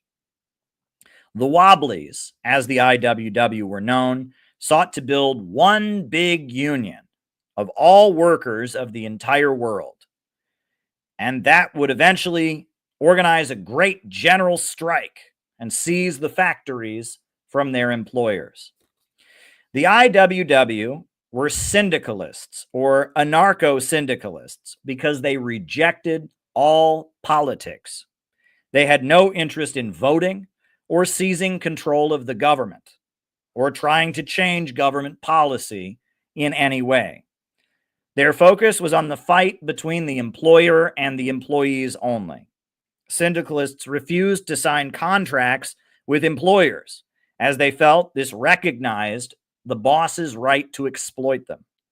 They were known to engage in tactics called a strike on the job that involved months of workers anonymously sabotaging company property and otherwise slowing down production, hurting the boss's profits until specific demands were met.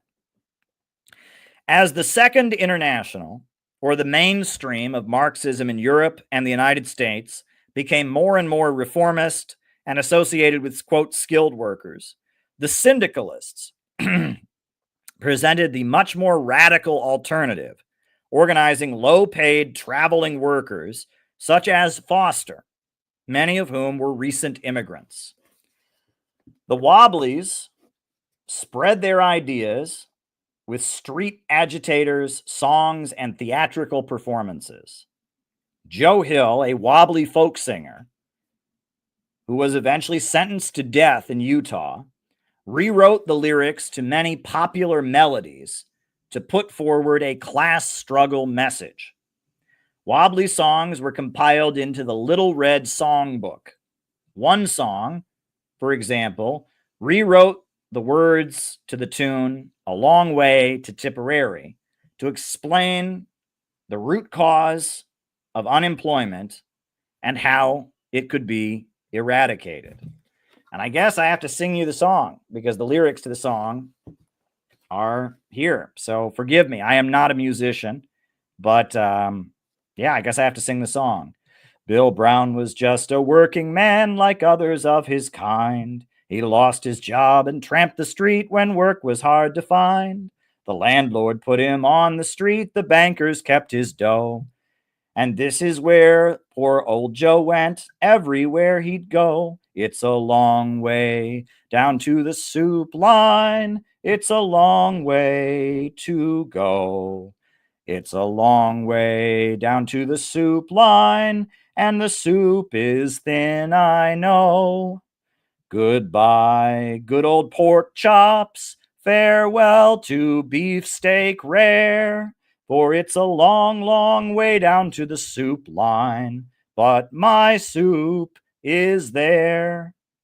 So Bill and 16 million more responded to the call to force the hours of labor down and thus make jobs for all. They picketed the industries and won the 4-hour day and organized a general strike so folks don't have to say it's a long way down to the soup line. It's a long way to go.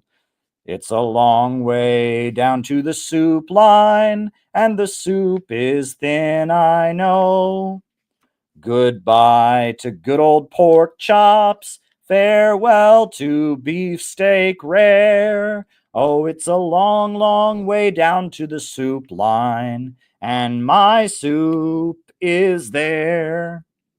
The workers run the factories now where jobs were once destroyed by big machines that filled the world with hungry unemployed. We all own homes, we're living well, we're happy, free, and strong, and millionaires wear overalls and sing this little song. It's a long way down to the soup line. It's a long way to go. Oh, it's a long way down to the soup line, and the soup is thin, I know. Goodbye to good old pork chops. Farewell to beefsteak rare. Oh, it's a long, long way down to the soup line, but my soup is there. The Wobblies became famous for their free speech fights in the western United States. Little towns in the West were known to outlaw socialist agitating. If a Wobbly was arrested for giving a speech or singing a song, Wobblies from around the country would pile in to the municipality and one by one get arrested for preaching revolution. Vandalism and other acts of protest might take place as well. After a while, the local town would give in and allow free speech for socialists and radicals. I have been in many free speech fights and was arrested, therefore, in Kansas City, Missoula, Newark, Chicago, Denver, and New York. But the most severe was in Spokane, Washington, in 1909, led by the industrial workers of the world. The police arrested speakers as fast as they took the speaker's stand. The IWW therefore issued the slogan, "Fill the jails," and the national leaders sent out a call for volunteers. Soon, rugged IWW fighters began to drift in from all over the West. Scores of IWW were arrested daily. They were clubbed and packed into cells so closely they couldn't sit down. They protested, the hose was turned on them, drenching them in icy water. In spite of all this terrorism, the IWW heroically continued to hold street meetings. Finally, about 600 had been arrested. The city jail was packed, and dilapidated Franklin School was used to confine large numbers of men. this old schoolhouse became a sort of local Libby prison. Elizabeth Gurley Flynn, a well-known Irish-American IWW leader, traveled to Washington from New York and chained herself to a lamppost, forcing the police to cut the metal before arresting her. The police were exposed for running a brothel out of the women's detention facility.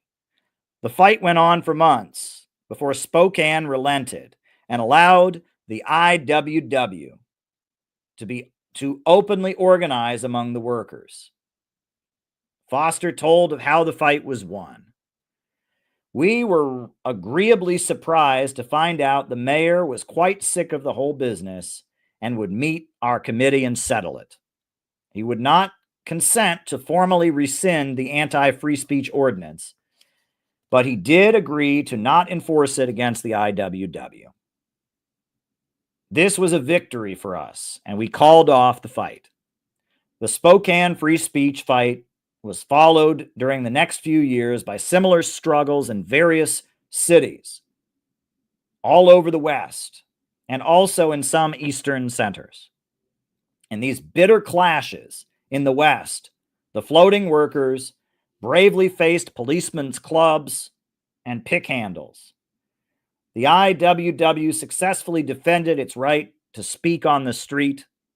The free speech struggles constituted a heroic episode in the history of American labor. William Z. Foster moved up the ranks of the Wobblies as a respected speaker and writer and began attending international conferences of syndicalists in France, Spain, and other European countries. During these years, the syndicalist movement in Europe was heavily influenced by the teachings of French intellectual Georges Sorel. There is no doubt that Sorelianism had a big impact on Foster's political development prior to becoming a Marxist-Leninist. Sorel criticized the socialist movement in Europe for building a mass movement but watering down its message. He emphasized the need to focus on organizing among a warrior caste of men who find spiritual fulfillment in violence. Sorel also spoke of the power of mythology and romanticism in inspiring revolutionary activism. Some see reflections of Sorel in the Bolshevik concept of a party of new type, but Sorel's syndicalist critique of the Marxist movement was primarily spiritual and psychological, not tactical and economic, as Lenin's was. Sorel saw the mass parties and community organizations in Europe as watering down the message into nothing and losing the passion that is needed for inspiring revolt.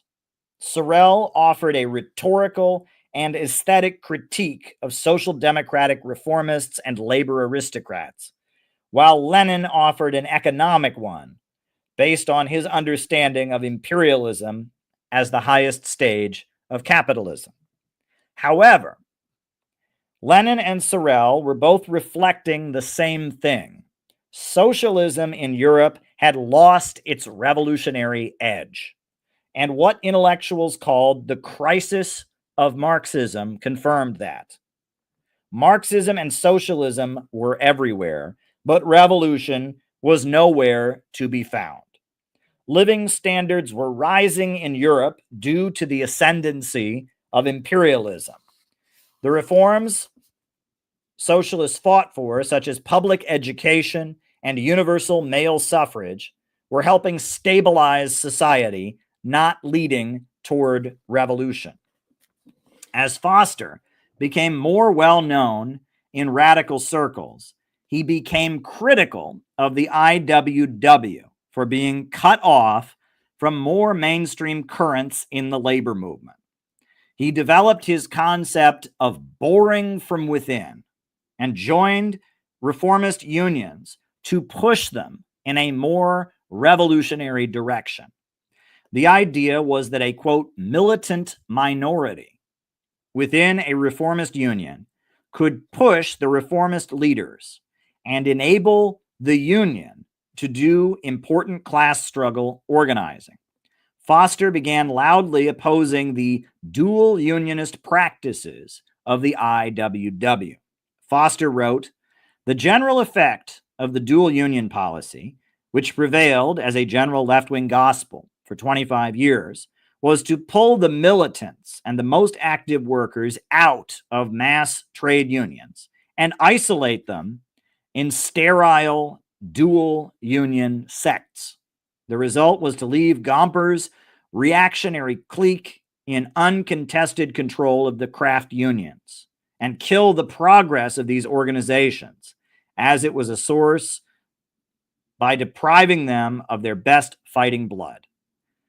This was ill-advised left-wing policy, and it very much checked the growth of radicalism in the United States by reducing it to sectarianism. The basic advantage of boring from within as a method over dual unionism was that the militants had a better approach to workers and were able to win them to their side and ever decisive masses of them for policies of class struggle.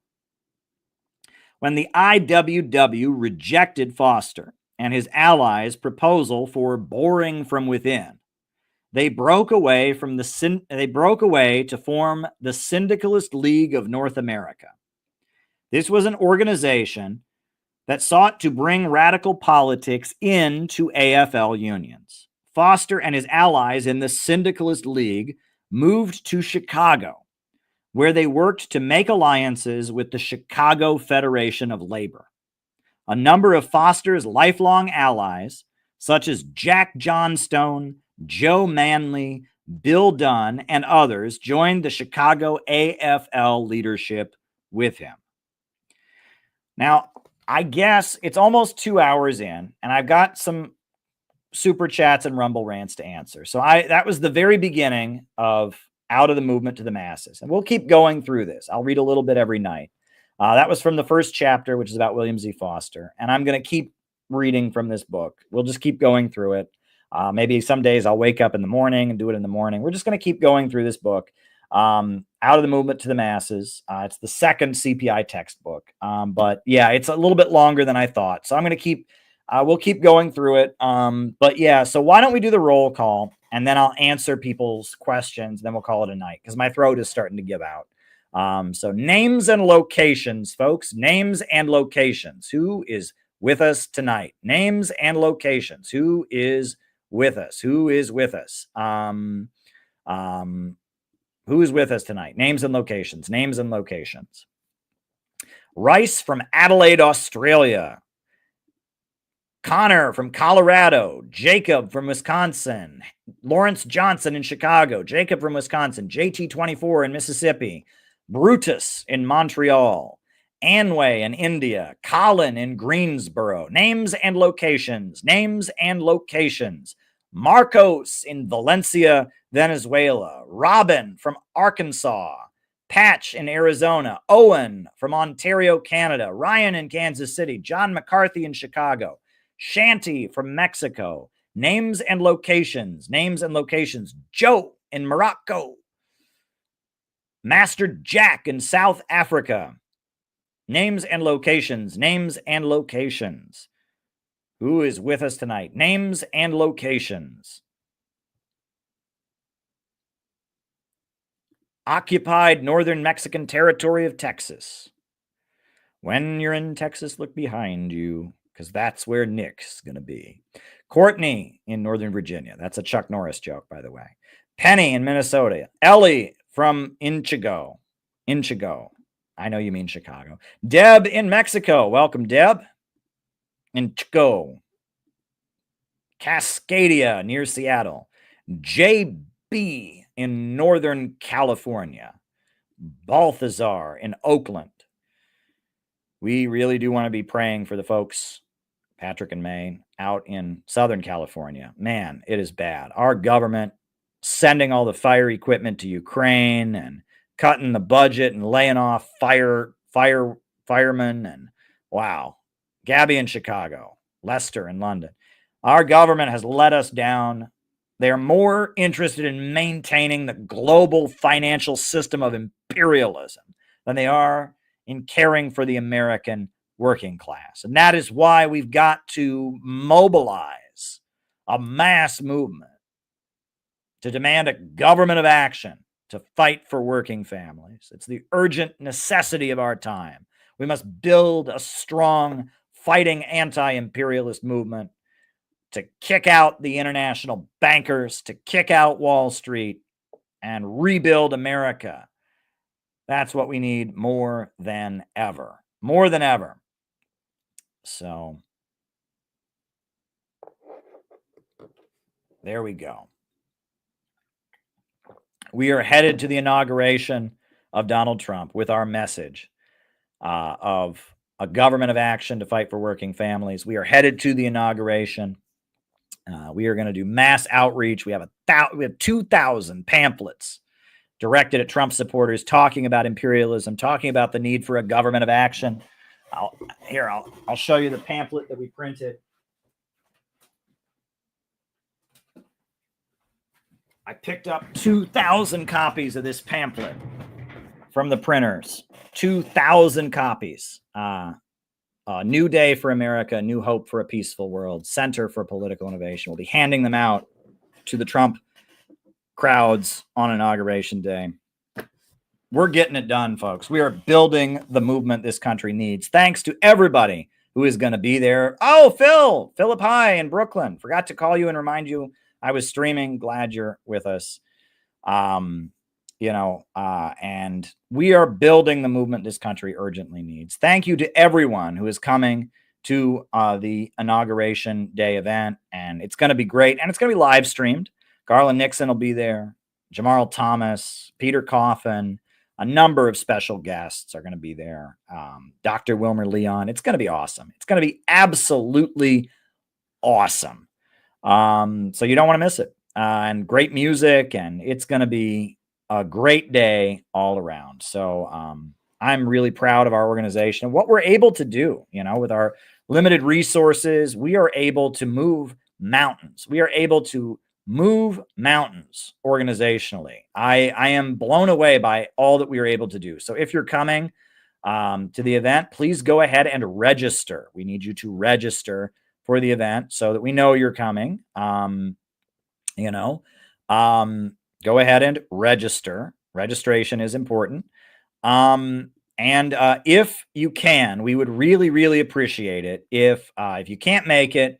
This event is costing us a shit ton. The event itself, like reserving the hall, it cost us about $8,000 because of the hotel's food minimum. On top of that, we had to rent an Airbnb for our team that's coming in from out of town to stay in, and all the prices are jacked up in DC for the inauguration. So, that's costing us another $1,000. We're spending out the ass, and it's worth it. It's worth it because we need to be there. We absolutely need to be there to promote anti-imperialism in DC. However, if you can help us, you can donate to the inauguration activities. You can support us on GoFundMe. We could use a donation because the costs are high. But thanks to everyone who's coming in from out of town. Come to the event. It's going to be great. Everyone who comes to the event is going to get a T-shirt. My wife is making amazing T-shirts with Trump and Kim shaking hands on them. Many different sizes. She's been working very hard on that. You're also going to get some free books and stuff like that. It's going to be great. You really are going to be happy. You're going to be happy that you came. We've got a full day of activities planned. We're going to go visit the Libertarian event after our event ends and give a gift to Angela McCurdle to show our support. We bought 3 VIP tickets to the Libertarian Party gala that they're having. So we're going to walk over and give a nice gift to Angela McCurdle. And we are gonna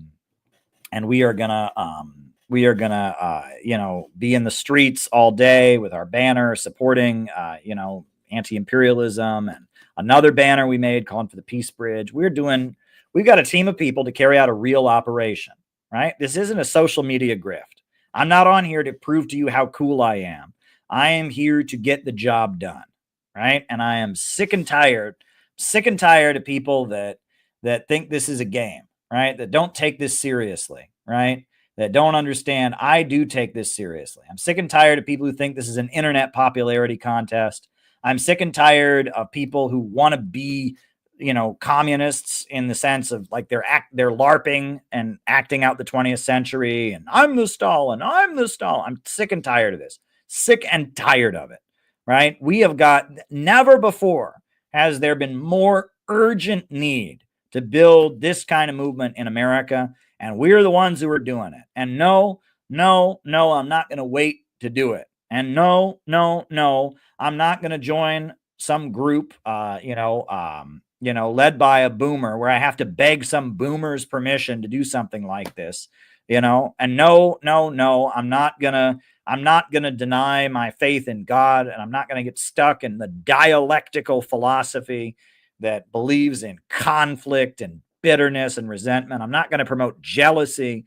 I'm not gonna promote resentment. I'm not gonna promote bitterness. I am gonna promote a socialism that's pro-optimistic, that's pro-growth, that says the world is not going to hell, the world is going to God, and that the only thing left is for the world to continue maturing. I am innovating. I am a pro-growth, optimistic, constructive, socialist innovationist.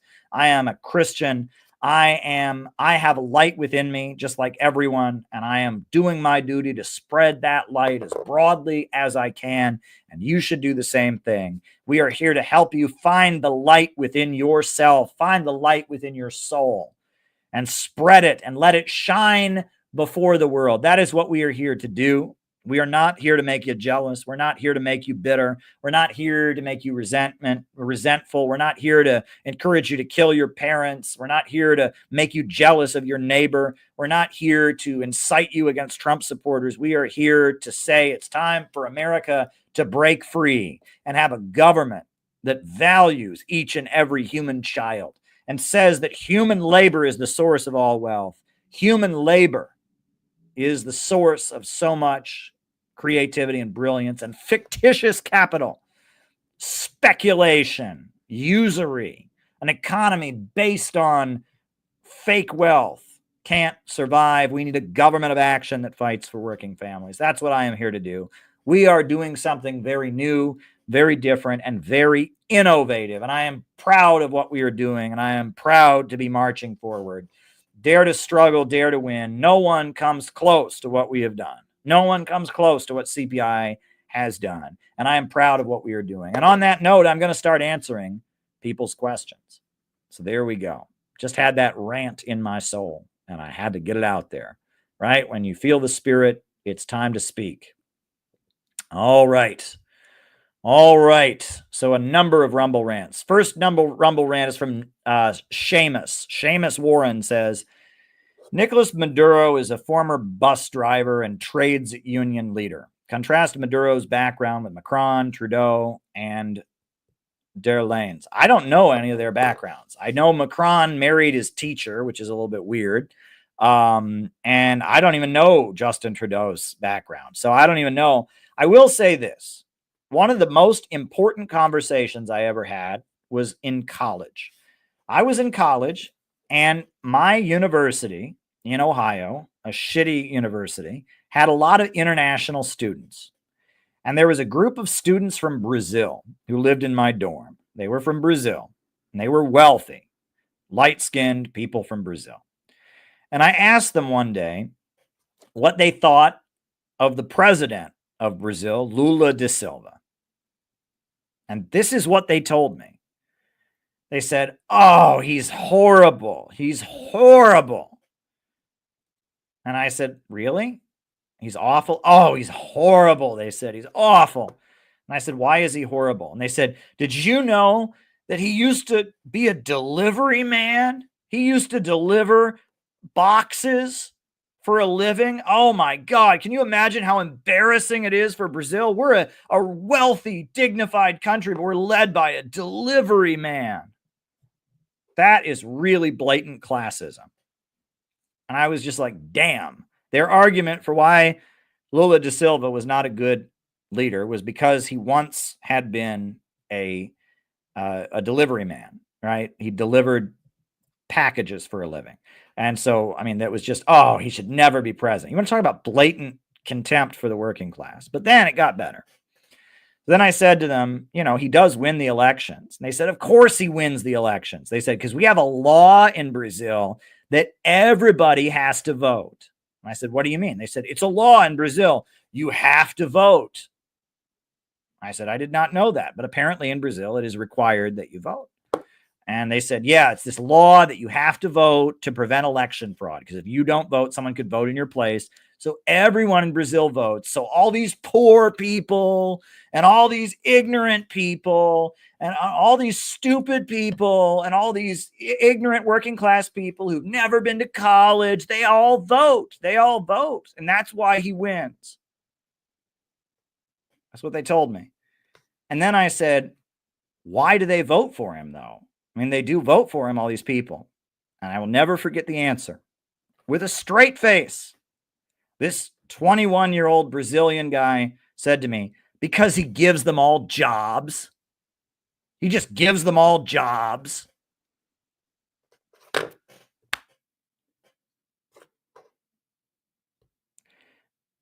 And that tells you everything you need to know about the anti-Maduro movement, about the anti-Sandinista movement.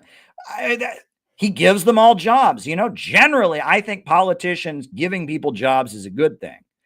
But I got to tell you, though, Saturday Night Live has run a number of skits making fun of Trump, and they sound exactly like this.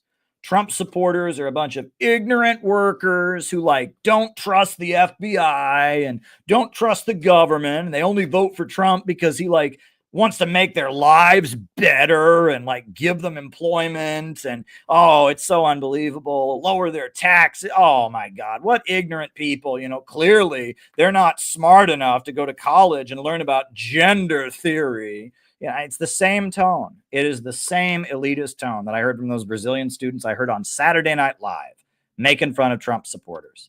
So, you know, it's the same shit. It is the same shit. And when I was in Venezuela, I heard similar things from anti-Maduro protesters. Oh, you know, until Maduro was here, you know, the poor people are all so hateful now. They're all so hateful. You know, oh, the poor people used to be happy. They were poor, but they used to just be happy being poor. But now the poor people are all so angry. Yeah, you know, that's what you need to know right there. So, yeah, they bait Maduro over the fact that he was a bus driver. Latin America, they're blatantly classist. And there has been a shift, and I've gone on about this before, but it used to be that the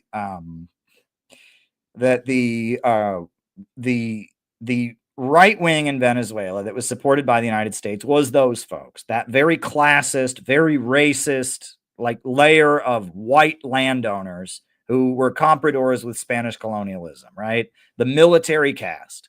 And those people are widely hated in most of Latin America. So now the United States has basically shifted. And now the United States, they've created a synthetic left. You know, the president of Colombia, Petro, the president of Bolivia, the current president of Bolivia, who's trying to arrest, I think he has arrested Evo Morales, you know, and, you know, that they have created a left that is fake rather than that right wing of Latin America. That right wing of Latin America, that military caste are just so disgustingly racist and ignorant that they're never going to win elections. So the USA has kind of tried to restructure it. And part of the reason that a lot of them are Trump supporters and stuff is that they feel they've been betrayed. A lot of the classic Miami Cuban crowd has absolutely feels that the United States has stabbed them in the back because the USA has realized if it keeps backing, you know, what they call the WACL, the World Anti-Communist League, right? The Pinochets and the Rios Monts, you know, those people are never going to win elections again because the people in South America just don't, they're outnumbered, right? The brown people of Venezuela, the brown people that used to live in the mountains and never vote, they can vote now. And they're not going to vote for racist white generals and racist white landowners. So the United States has kind of reshuffled its strategy and it's now promoting a degrowth left, but that's a whole nother conversation. But there you go. There you go. You used to work in private insurance. Does it ever work? Okay. So Anoan, just to be clear, I worked at an insurance brokerage firm. I did not work at an insurance company, right? So I worked, this is classic capitalism, right? They talk socially unnecessary, right? So there are companies that actually insure you. I did not work at one of those. I worked at a company that's job it was to find you someone who would insure you. Like, it was a brokerage firm. So if you wanted, it worked with small businesses, bars and restaurants. And if you owned a bar and a restaurant, you would go to them and then they would give you an insurance agent. And that insurance agent would scour the market and find you the best prices. That's what I worked at. And if you want to get technical, I didn't actually work for the brokerage firm. I worked for a staffing company, right? Which was funny because every employee there worked for the staffing company. But I worked for a staffing company. And it gets even crazier. So we had a fake union at this brokerage firm that I worked at. So every employee did not work for the company. We worked for the staffing company that was hired by the brokerage firm to find office workers. So I worked for a staffing company. And when I joined, on the first day, they gave me my union card.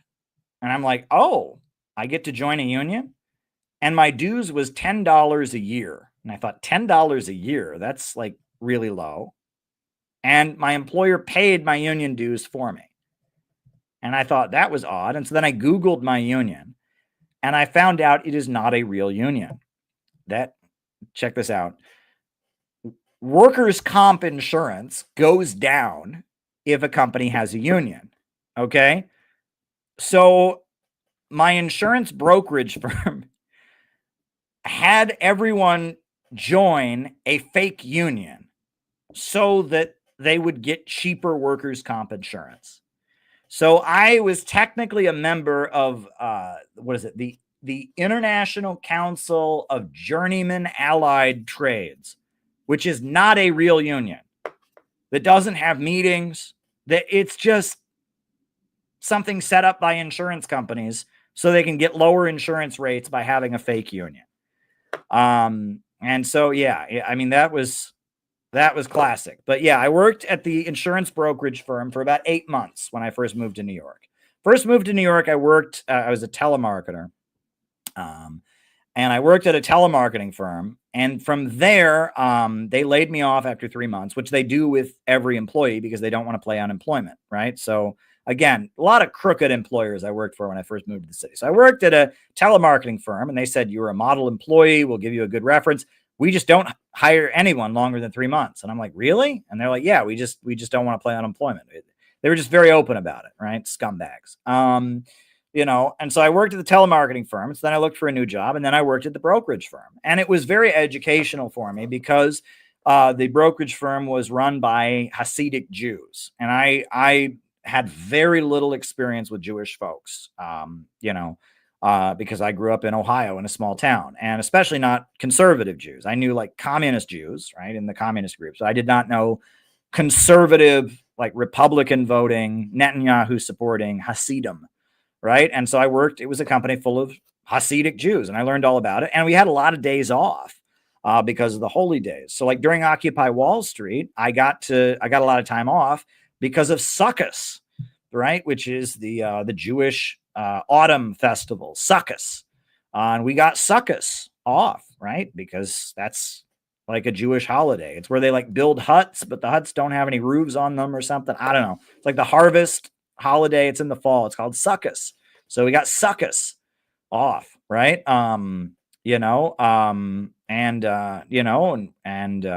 Anyway, long story, but I worked there for 8 months. It was very educational for me, I must say. It was a very educational experience. I'm very glad that I worked there. They're probably still talking about me there, I must say, because I'm not like anything they ever met before. I'll tell you that much. At one point, well, never mind. Hasidic Jews have arranged marriages, and they were concerned about me because I was 23 and I was not yet married. because Hasidic Jews, they get married at like 18, 19. And actually, it used to be, some of them even got married younger than that. It used to be legal in like New Jersey for them to get married at like 14 or 15. And my coworkers, they liked me. And they were really worried because I was 23 and I wasn't married. And so, but they found out I wasn't Jewish, so I couldn't marry any of them. So I remember there was one girl in the office, and her dad was Jewish, but her mom was not, and she was Catholic, right? And so they like begged her to try and go out on a date with me. It was very funny. It was hilarious. And they were just like, well, we're really, really worried about Caleb because he's 23. And what kind of man is 23 and not married? I mean, you have to, I thought that was really sweet of them. That was very kind of them. I remember they basically paid this girl to, they didn't pay her, but they like begged her to like try and go out on a date with me. And she was not Jewish also. So we could get married because Hasidic Jews have to marry other Hasidic Jews. Right. It was really kind of funny. The whole thing was very, very funny. I don't know. It was sweet. It was very, very sweet. So it was very, very sweet. I could tell you some other wild stories about the insurance company, maybe they'll sue me though. So I got to be careful. Right. And I technically didn't work for them. I worked for the staffing agency and I was a member of the fake union. I mean, it's very New York City, very, very New York City. I got to tell you. And, it was wild. I worked so downstairs we worked. Well, never mind. I don't want to tell you more than this. I might get in trouble. I mean, I still live in New York City and they might hunt me down on the streets and kill me or something. So I don't want to say anything, too negative about them. I have had dreams. I'll tell you, every so often I have a dream that I go back and work there again. It's very weird. I wouldn't do that nowadays, but every so often I have a dream that I'm still working at the insurance company. It's very odd. Do you ever do that? Like I dream that I'm still in college. I have that dream. And I dream that I'm still working at the insurance company. Very odd. Very odd. Every so often you have a dream where it's like you just revert to like some life circumstances. So every so often I'll have a dream that I'm still working at the insurance company or a dream that I'm still in college. It's like I'm 37. I haven't been in college or working at the insurance company for over a decade and a half. So why do you dream these things? But our minds are like that, right? Anyway, and I can get all psychoanalytic and start telling you about how places represent things, and I'm not going to do that. Anyway, see, it's a common thing to do. That's just kind of what your dream does, your mind does. That's how dreams work, right? Anyway, alrighty.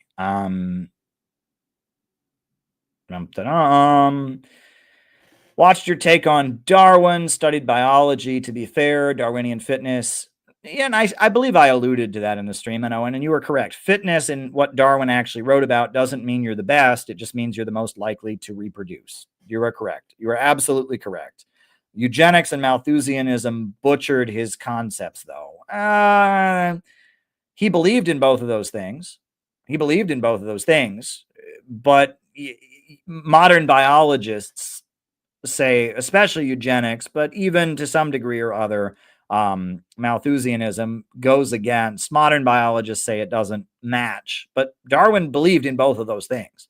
Darwin believed in breeding human beings like animals, and Darwin also believed in Malthusianism, but his biology doesn't exactly line up to it, but he thought it did. So I mean that's kind of a non sequitur, right?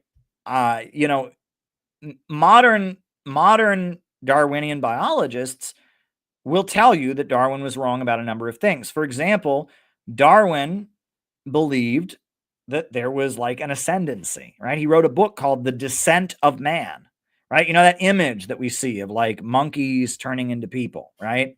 I don't know. I got to tell you, I don't want to go too long on this because we talked way too much about this, but like, when I was in high school, I remember there was a girl at my school who said to me, Caleb, how can anyone believe in evolution? I said, what do you mean? And she said, well, there's monkeys now and they're not turning into people. And she didn't understand that like famous picture of the monkeys turning into people was like over the course of generations. She thought it was like Pokemon, where like the monkey just like magically becomes a person. anyway, she's like, clearly evolution is not true because there's monkeys now and they don't magically turn into people. Just like, oh God, Gavin is not that kind of creationist, right? So I give Gavin credit. You are not that kind. But anyway, what was I saying? What was the point? I don't know. But yes, modern biologists point out that the point I was making is that Darwin thought, according to his theory, it was like there was like a natural progression of evolution leading up to man, right? And he called it natural selection, but in his mind, human beings were the pinnacle, were like the highest thing, and it had gone from single-celled organisms to fish, to animals on the land, to human beings, and it was like this natural progression. Modern biologists will tell you there is no natural progression, right? That no, there's no intent in evolution. There's no rhyme or reason to it, right? It's just completely random. And then people look at it and they say, well, gee, for something completely random, how did it lead here? And that's the argument that people like Gavin make, right? There clearly is a progression to it, right? Human beings came last. So, but if you actually look at nature, and if you actually follow Darwinian theory, there should be no descent of man, right? I think that's Charles Darwin's book, The Descent of Man. He argues that man is like the ultimate culmination. Well, that doesn't fit natural selection. It should just be random, right? So anyway, I'm not a biologist. I can't explain these things, but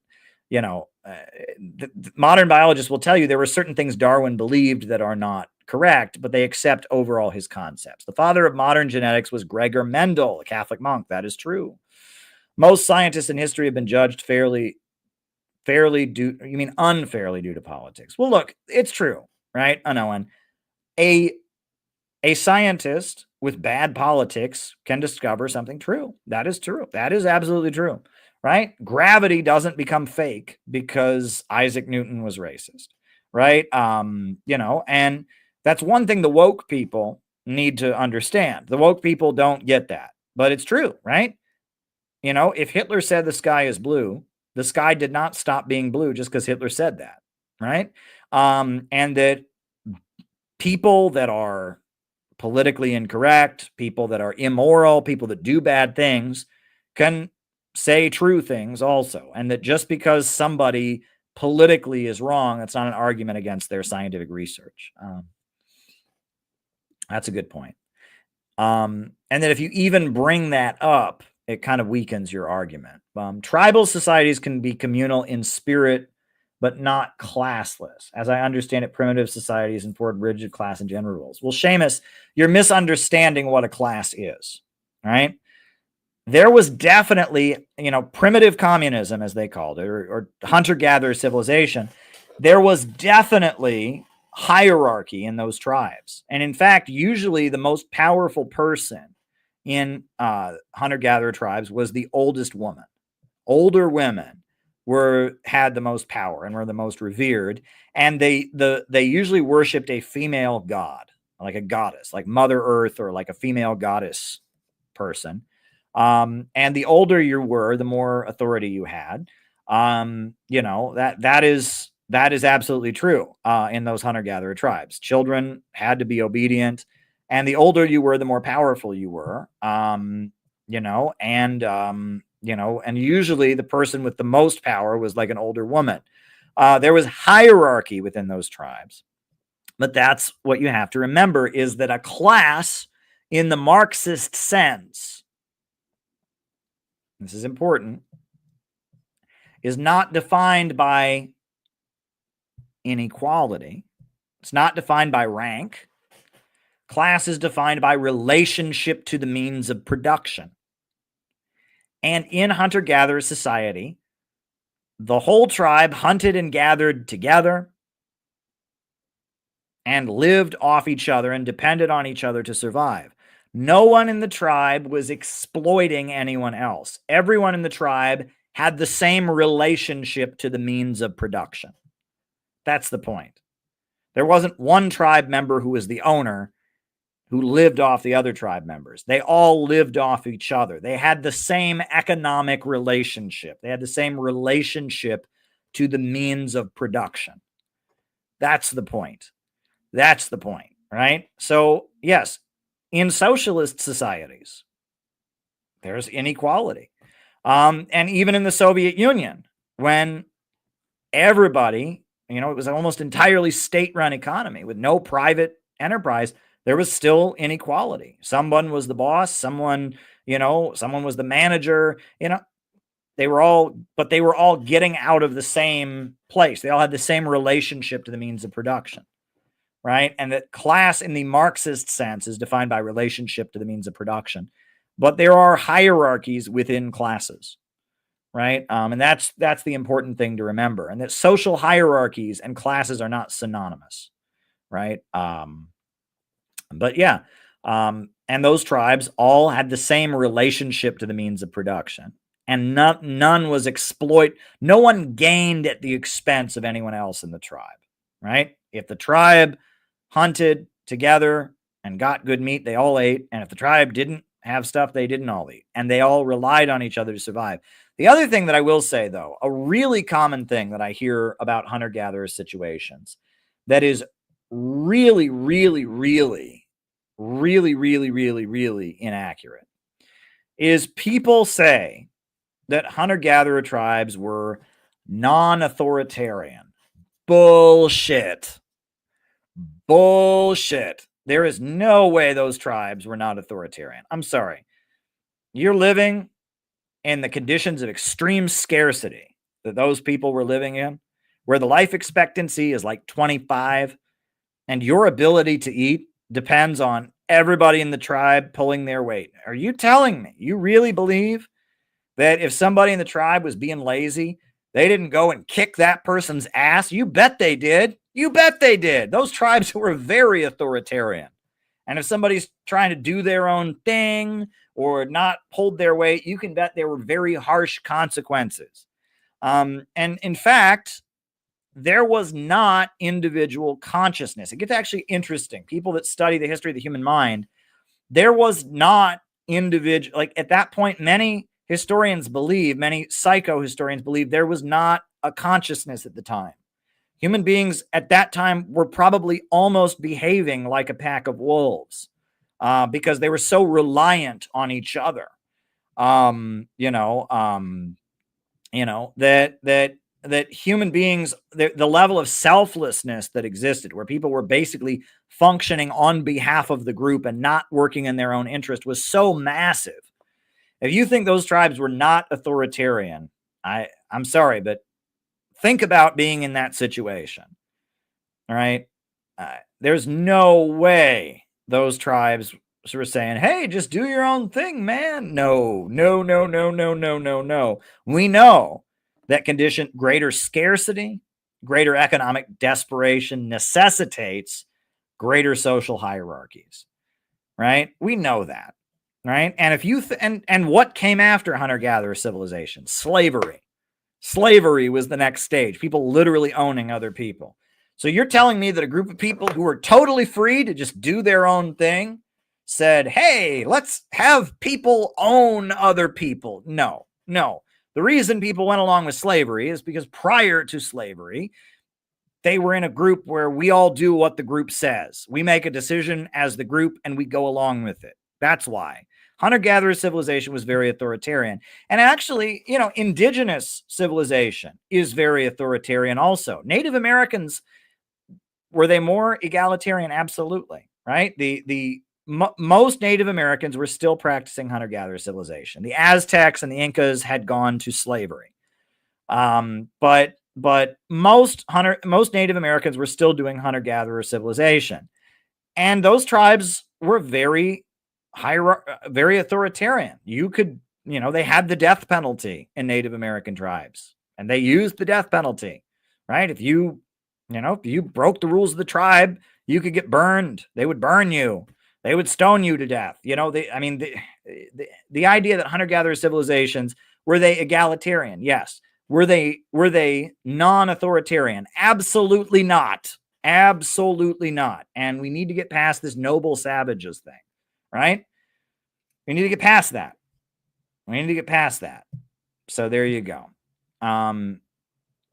It is important to note that I think Christopher Columbus, at least in some of his writing, did note that European civilization was more authoritarian, right? And that he like made fun of indigenous people for not, beating their children and, and for being naive in trusting him. So you could argue that it was less authoritarian than like Spanish colonialism was, right? And that's true, right? And you read Christopher Columbus's writings, the indigenous people, he says they're so nice. They're so nice, and he thinks they're stupid, right? And that's when people go over Christopher Columbus. So it was perhaps less authoritarian, but think about that. You can't be completely authoritarian if people are relying on each other, right? It's not going to be like that class society mandates the kind of brutal, rigid authoritarianism that we think of. But the idea that they were totally non-authoritarian, that's bullshit. All right, next question. Are we done with Super Chat or Rumble Rants? No, we're not. All right. You traveled a lot. Did you eat anything nice in Venezuela? Yeah. Arepas. Venezuelans are very good. They make great arepas. It's like it's like cheese inside of bread. It's amazing. They make, that's like a special Venezuelan dish, and you like dip it in like spicy sauce. Arepas in Venezuela were amazing. And that's like a very Venezuelan food. I will even eat Venezuelan arepas in New York. There's a really nice arepa place in New York City that makes like Venezuelan arepas. It's very good. All righty. It's been a while since I've been there. Maybe I should check out that place, see if it's still in business. Hey, about 2 days ago on Truth Social, Trump posted a video of Jeffrey Sachs explaining the CIA's immoral and illegal involvement in the overthrow of Syria. This is one of the best things Trump has ever said. Again, that's great, Gavin. And Garland Nixon has pointed that out as well. And I'm not willing to give up on Trump. I'm not willing to give up on Trump. If you decide, we're just going to get the same thing under Trump, like, look, I'm not saying Trump is going to be a savior. But we have a better chance of not having World War III and not having the FBI throw us all in jail for being anti-imperialist under Trump than we do under Biden and under Kamala Harris. And there's a really good chance that the peace talks on the Korean Peninsula are going to start again. There's a really good chance the war in Ukraine might actually end, which would be really, really good for like millions of people living in Russia and in Ukraine. Like, I mean, I'm not saying it's going to happen, but we ought to try. And if Trump starts to move in that direction and we don't loudly support him doing so, how can we expect him to do these things? Like, it's just beyond me. People are just like, there's nothing we can do. Like, well, then why do you follow politics, right? If I thought it was hopeless, I'd have another hobby. I'd be into, football or baseball or science fiction or something like that, right? If you're in politics, you should want things to get better. And we should try our hardest to amplify and support anything good that Donald Trump does. It's that simple. Like, the stakes are a little bit high right now. If you didn't see what happened to the Uhuru movement, you didn't see what's going on in Ukraine, stakes are a bit high right now. And no, the stakes are a little bit too high to just go, we're doomed, it's over. Like, yes, if Trump does bad things, we should call him out. We didn't endorse Trump. Many people in CPI voted for Trump. Many people in CPI voted for Jill Stein. Many people in CPI voted for Dr. Shiva, right? We don't endorse any candidates. But that said, I mean, if you just give up, you write yourself out of the political conversation. So I refuse to do that. I have too much responsibility to do that. The stakes are too high right now. The stakes are way too high. And I knew what Kamala Harris was, and let's try to get as much good out of Trump as we possibly can. That's all we can hope for. And even if Trump doesn't do a single good thing that he's promised to do, not a single one, let's build an anti-imperialist movement. And let's try to organize all those people who voted for him because they wanted him to do that. He got elected promising to do those things, which means that's what millions of Americans want. And so don't we need to engage with those Americans? Don't we need to talk to them? Yes, we do. So no, we can't just write off Donald Trump. Nope, not gonna do it. Not gonna do it. Not gonna do it. Anyway, wouldn't be prudent. Not gonna do it. Ray McGovern said the National Security Agency has released a 2,000-page report on the CIA's MK Ultra program. Well, I'll have to go check it out. That's all I can say. I know that much of the MK Ultra files were destroyed, right? That's what's pointed out. The bulk of the files were destroyed. So I'd be curious to see. I'll be curious to see what new information is out there. So yeah. I mean, I don't know. I mean, Search for the Manchurian Candidate is a great book. The Poisoner in Chief, the biography of Sidney Gottlieb, that was written by Stephen Kinzer. That's very good. The two books that I've read on MK Ultra are it's The Search for the Manchurian Candidate by John D. Marks. I learned a lot from that book, and Poisoner in Chief by Sidney Gottlieb. All right. In Venezuela, is Venezuela joining the BRICS? They were blocked from joining BRICS, unfortunately. And it looks like, I think it was Brazil, Lula da Silva blocked them from joining the BRICS. They should join the BRICS, and they're BRICS aligned, they're BRICS adjacent. And the reason it would be good for them to join BRICS is because in one of the rules of the BRICS is if you're part of the BRICS, you can't sanction any other BRICS country. And so if they joined the BRICS, all the BRICS countries would immediately lift all sanctions they have on Venezuela, and that would very much help Venezuela's economy. So when Venezuela was blocked from joining the BRICS, it was a pretty devastating blow.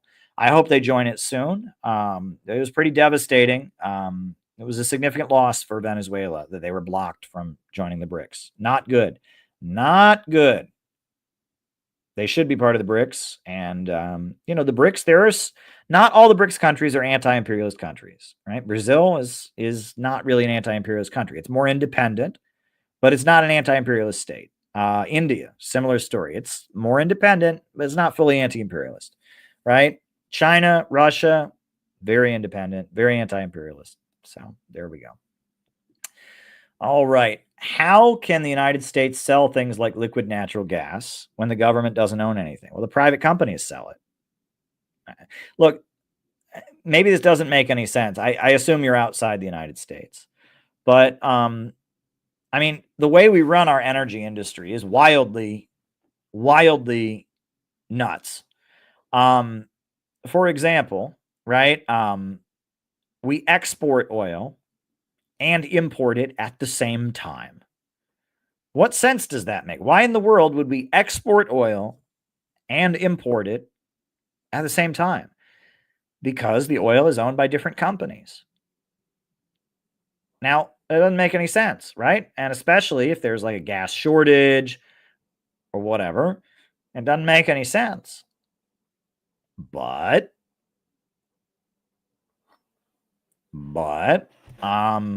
we do it because there's different corporations involved. So some corporations import liquefied natural gas and sell it, and other corporations frack or otherwise extract liquefied natural gas and export it.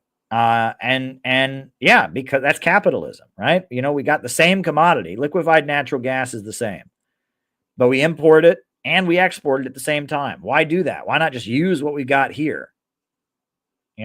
But that's because we have the free market. So there we go. There we go. All right. What are your thoughts on the development of an entrepreneurship program governed by a scientific philosophy? And your thoughts on cooperative banking? Well, the first thing, an entrepreneurship program is an essential part of 21st century socialism. And that is, in our vision for CPI, a government of action would enable many people to become small business owners, would lend money to business owners, that is a big part of our vision for building 21st century socialism, is small business owners. And as far as the success of cooperative banking, I I am for centralized banking. But on a like having a state bank on a community level would mean there'd have to be some kind of community board, which could be elected, but cooperative banks are technically private. They call them credit unions, and they're technically private, and they still function to make a profit. I am for national banking done in the national interest rather than in the interest of shareholders. And credit unions, you buy into it. You're, if you open an account, you're like a shareholder. But I am for a not for profit credit system. I think the credit should not be for profit. I think credit should be assigned in the interest of an overall state central plan. So that's a little bit different, but there should be community control, especially on a local level, right? Community control, yes, but cooperative, not so much. All right. Would it even be possible for the U.S. to join the BRICS? Well, at one point in my life, I would have said no, right?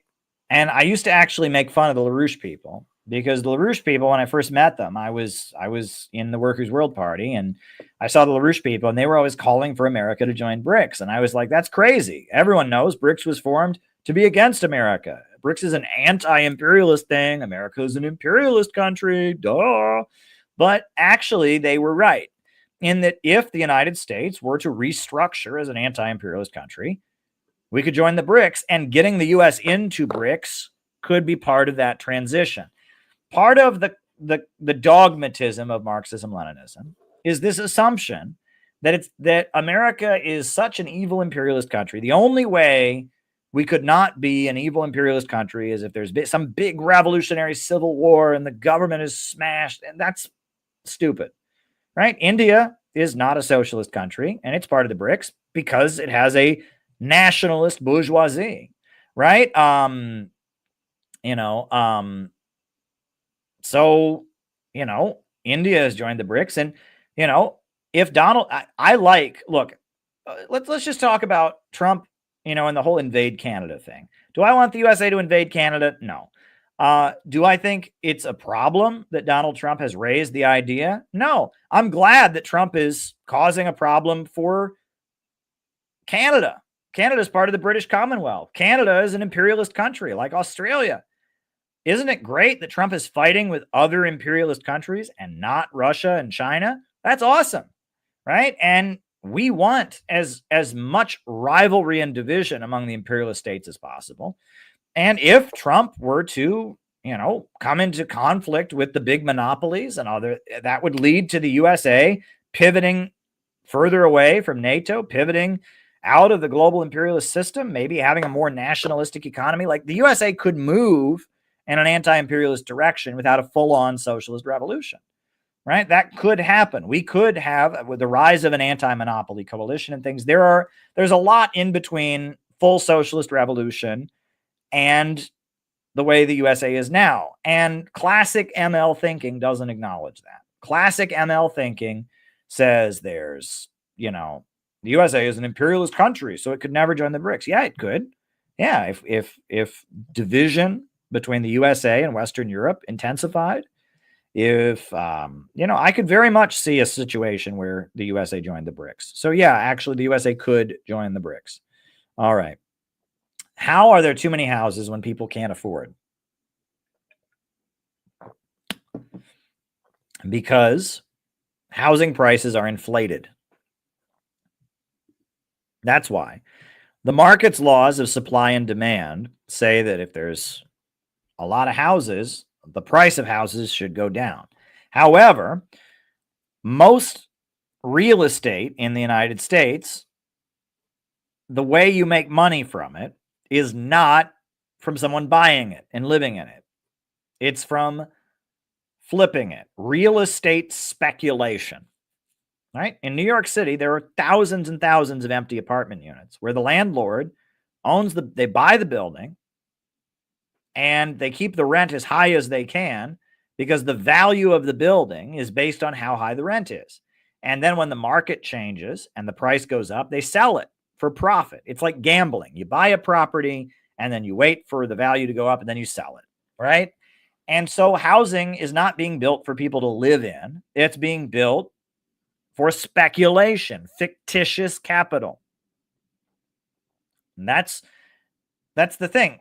If you buy a building and then you just wait for the market to go up and then you sell it, you can make thousands and thousands of dollars, but no real value has been created. That building is still the same. And that's called fictitious capital. Marx called it fictitious capital. It's called real estate speculation. And what we say, that's not real value, right? Money in capitalism does not represent real value. Real value is created by human labor power and human creativity, physical economy. And that's a really, really important point to make. Money in and of itself does not represent real value. Human labor power represents real value. Creativity represents real value. Natural resources and nature represent real value. But money doesn't represent real value. And the more fictitious capital you have, the more speculative capital you have, the sooner your economy collapses. Because speculative capital, fictitious capital, enables a situation like you're describing, where the prices of housing just keep going up and people can't afford to have it. And eventually that leads to a crash, because the gap between all the money in housing and the actual housing that people have, it increases and increases and increases, and eventually there's a crash. If your life is not getting better, if the lives of the people are not getting better, if people's living standard is not going up, and Wall Street does great, that is a recipe for disaster. And that's what Fred Goldstein wrote about with jobless recoveries, right? Where they invent ways that the stock market can bounce back with no new jobs being created. And that leads to making crises of value, the value crisis, and the problem of overproduction far worse, far worse. And that's a reality of our modern economy. So there you go. There you go. All right, folks, listen, my voice is about shot. That's all the super chats that we've gotten. Thank you, everyone who sent super chats. It's been a fun stream. I am going to say good night. I'm going to put on the closing music. We're almost at 3 hours. It's been fun. I'm going to be traveling this weekend, so I might stream again on Sunday. I don't think I'm going to stream tomorrow night because I'll be out of town. Slim chance I might stream from my hotel room, but don't count on it. But hopefully Sunday I will stream again. Heading up to Boston for the weekend. All right. Talk to you soon. New upsurge in the struggle against U.S. imperialism is now emerging throughout the world. Ever since World War II, U.S. imperialism and its followers have been continuously launching wars of aggression. But the people of various countries have been continuously waging revolutionary wars to defeat their aggression. While the danger of a new world war still exists,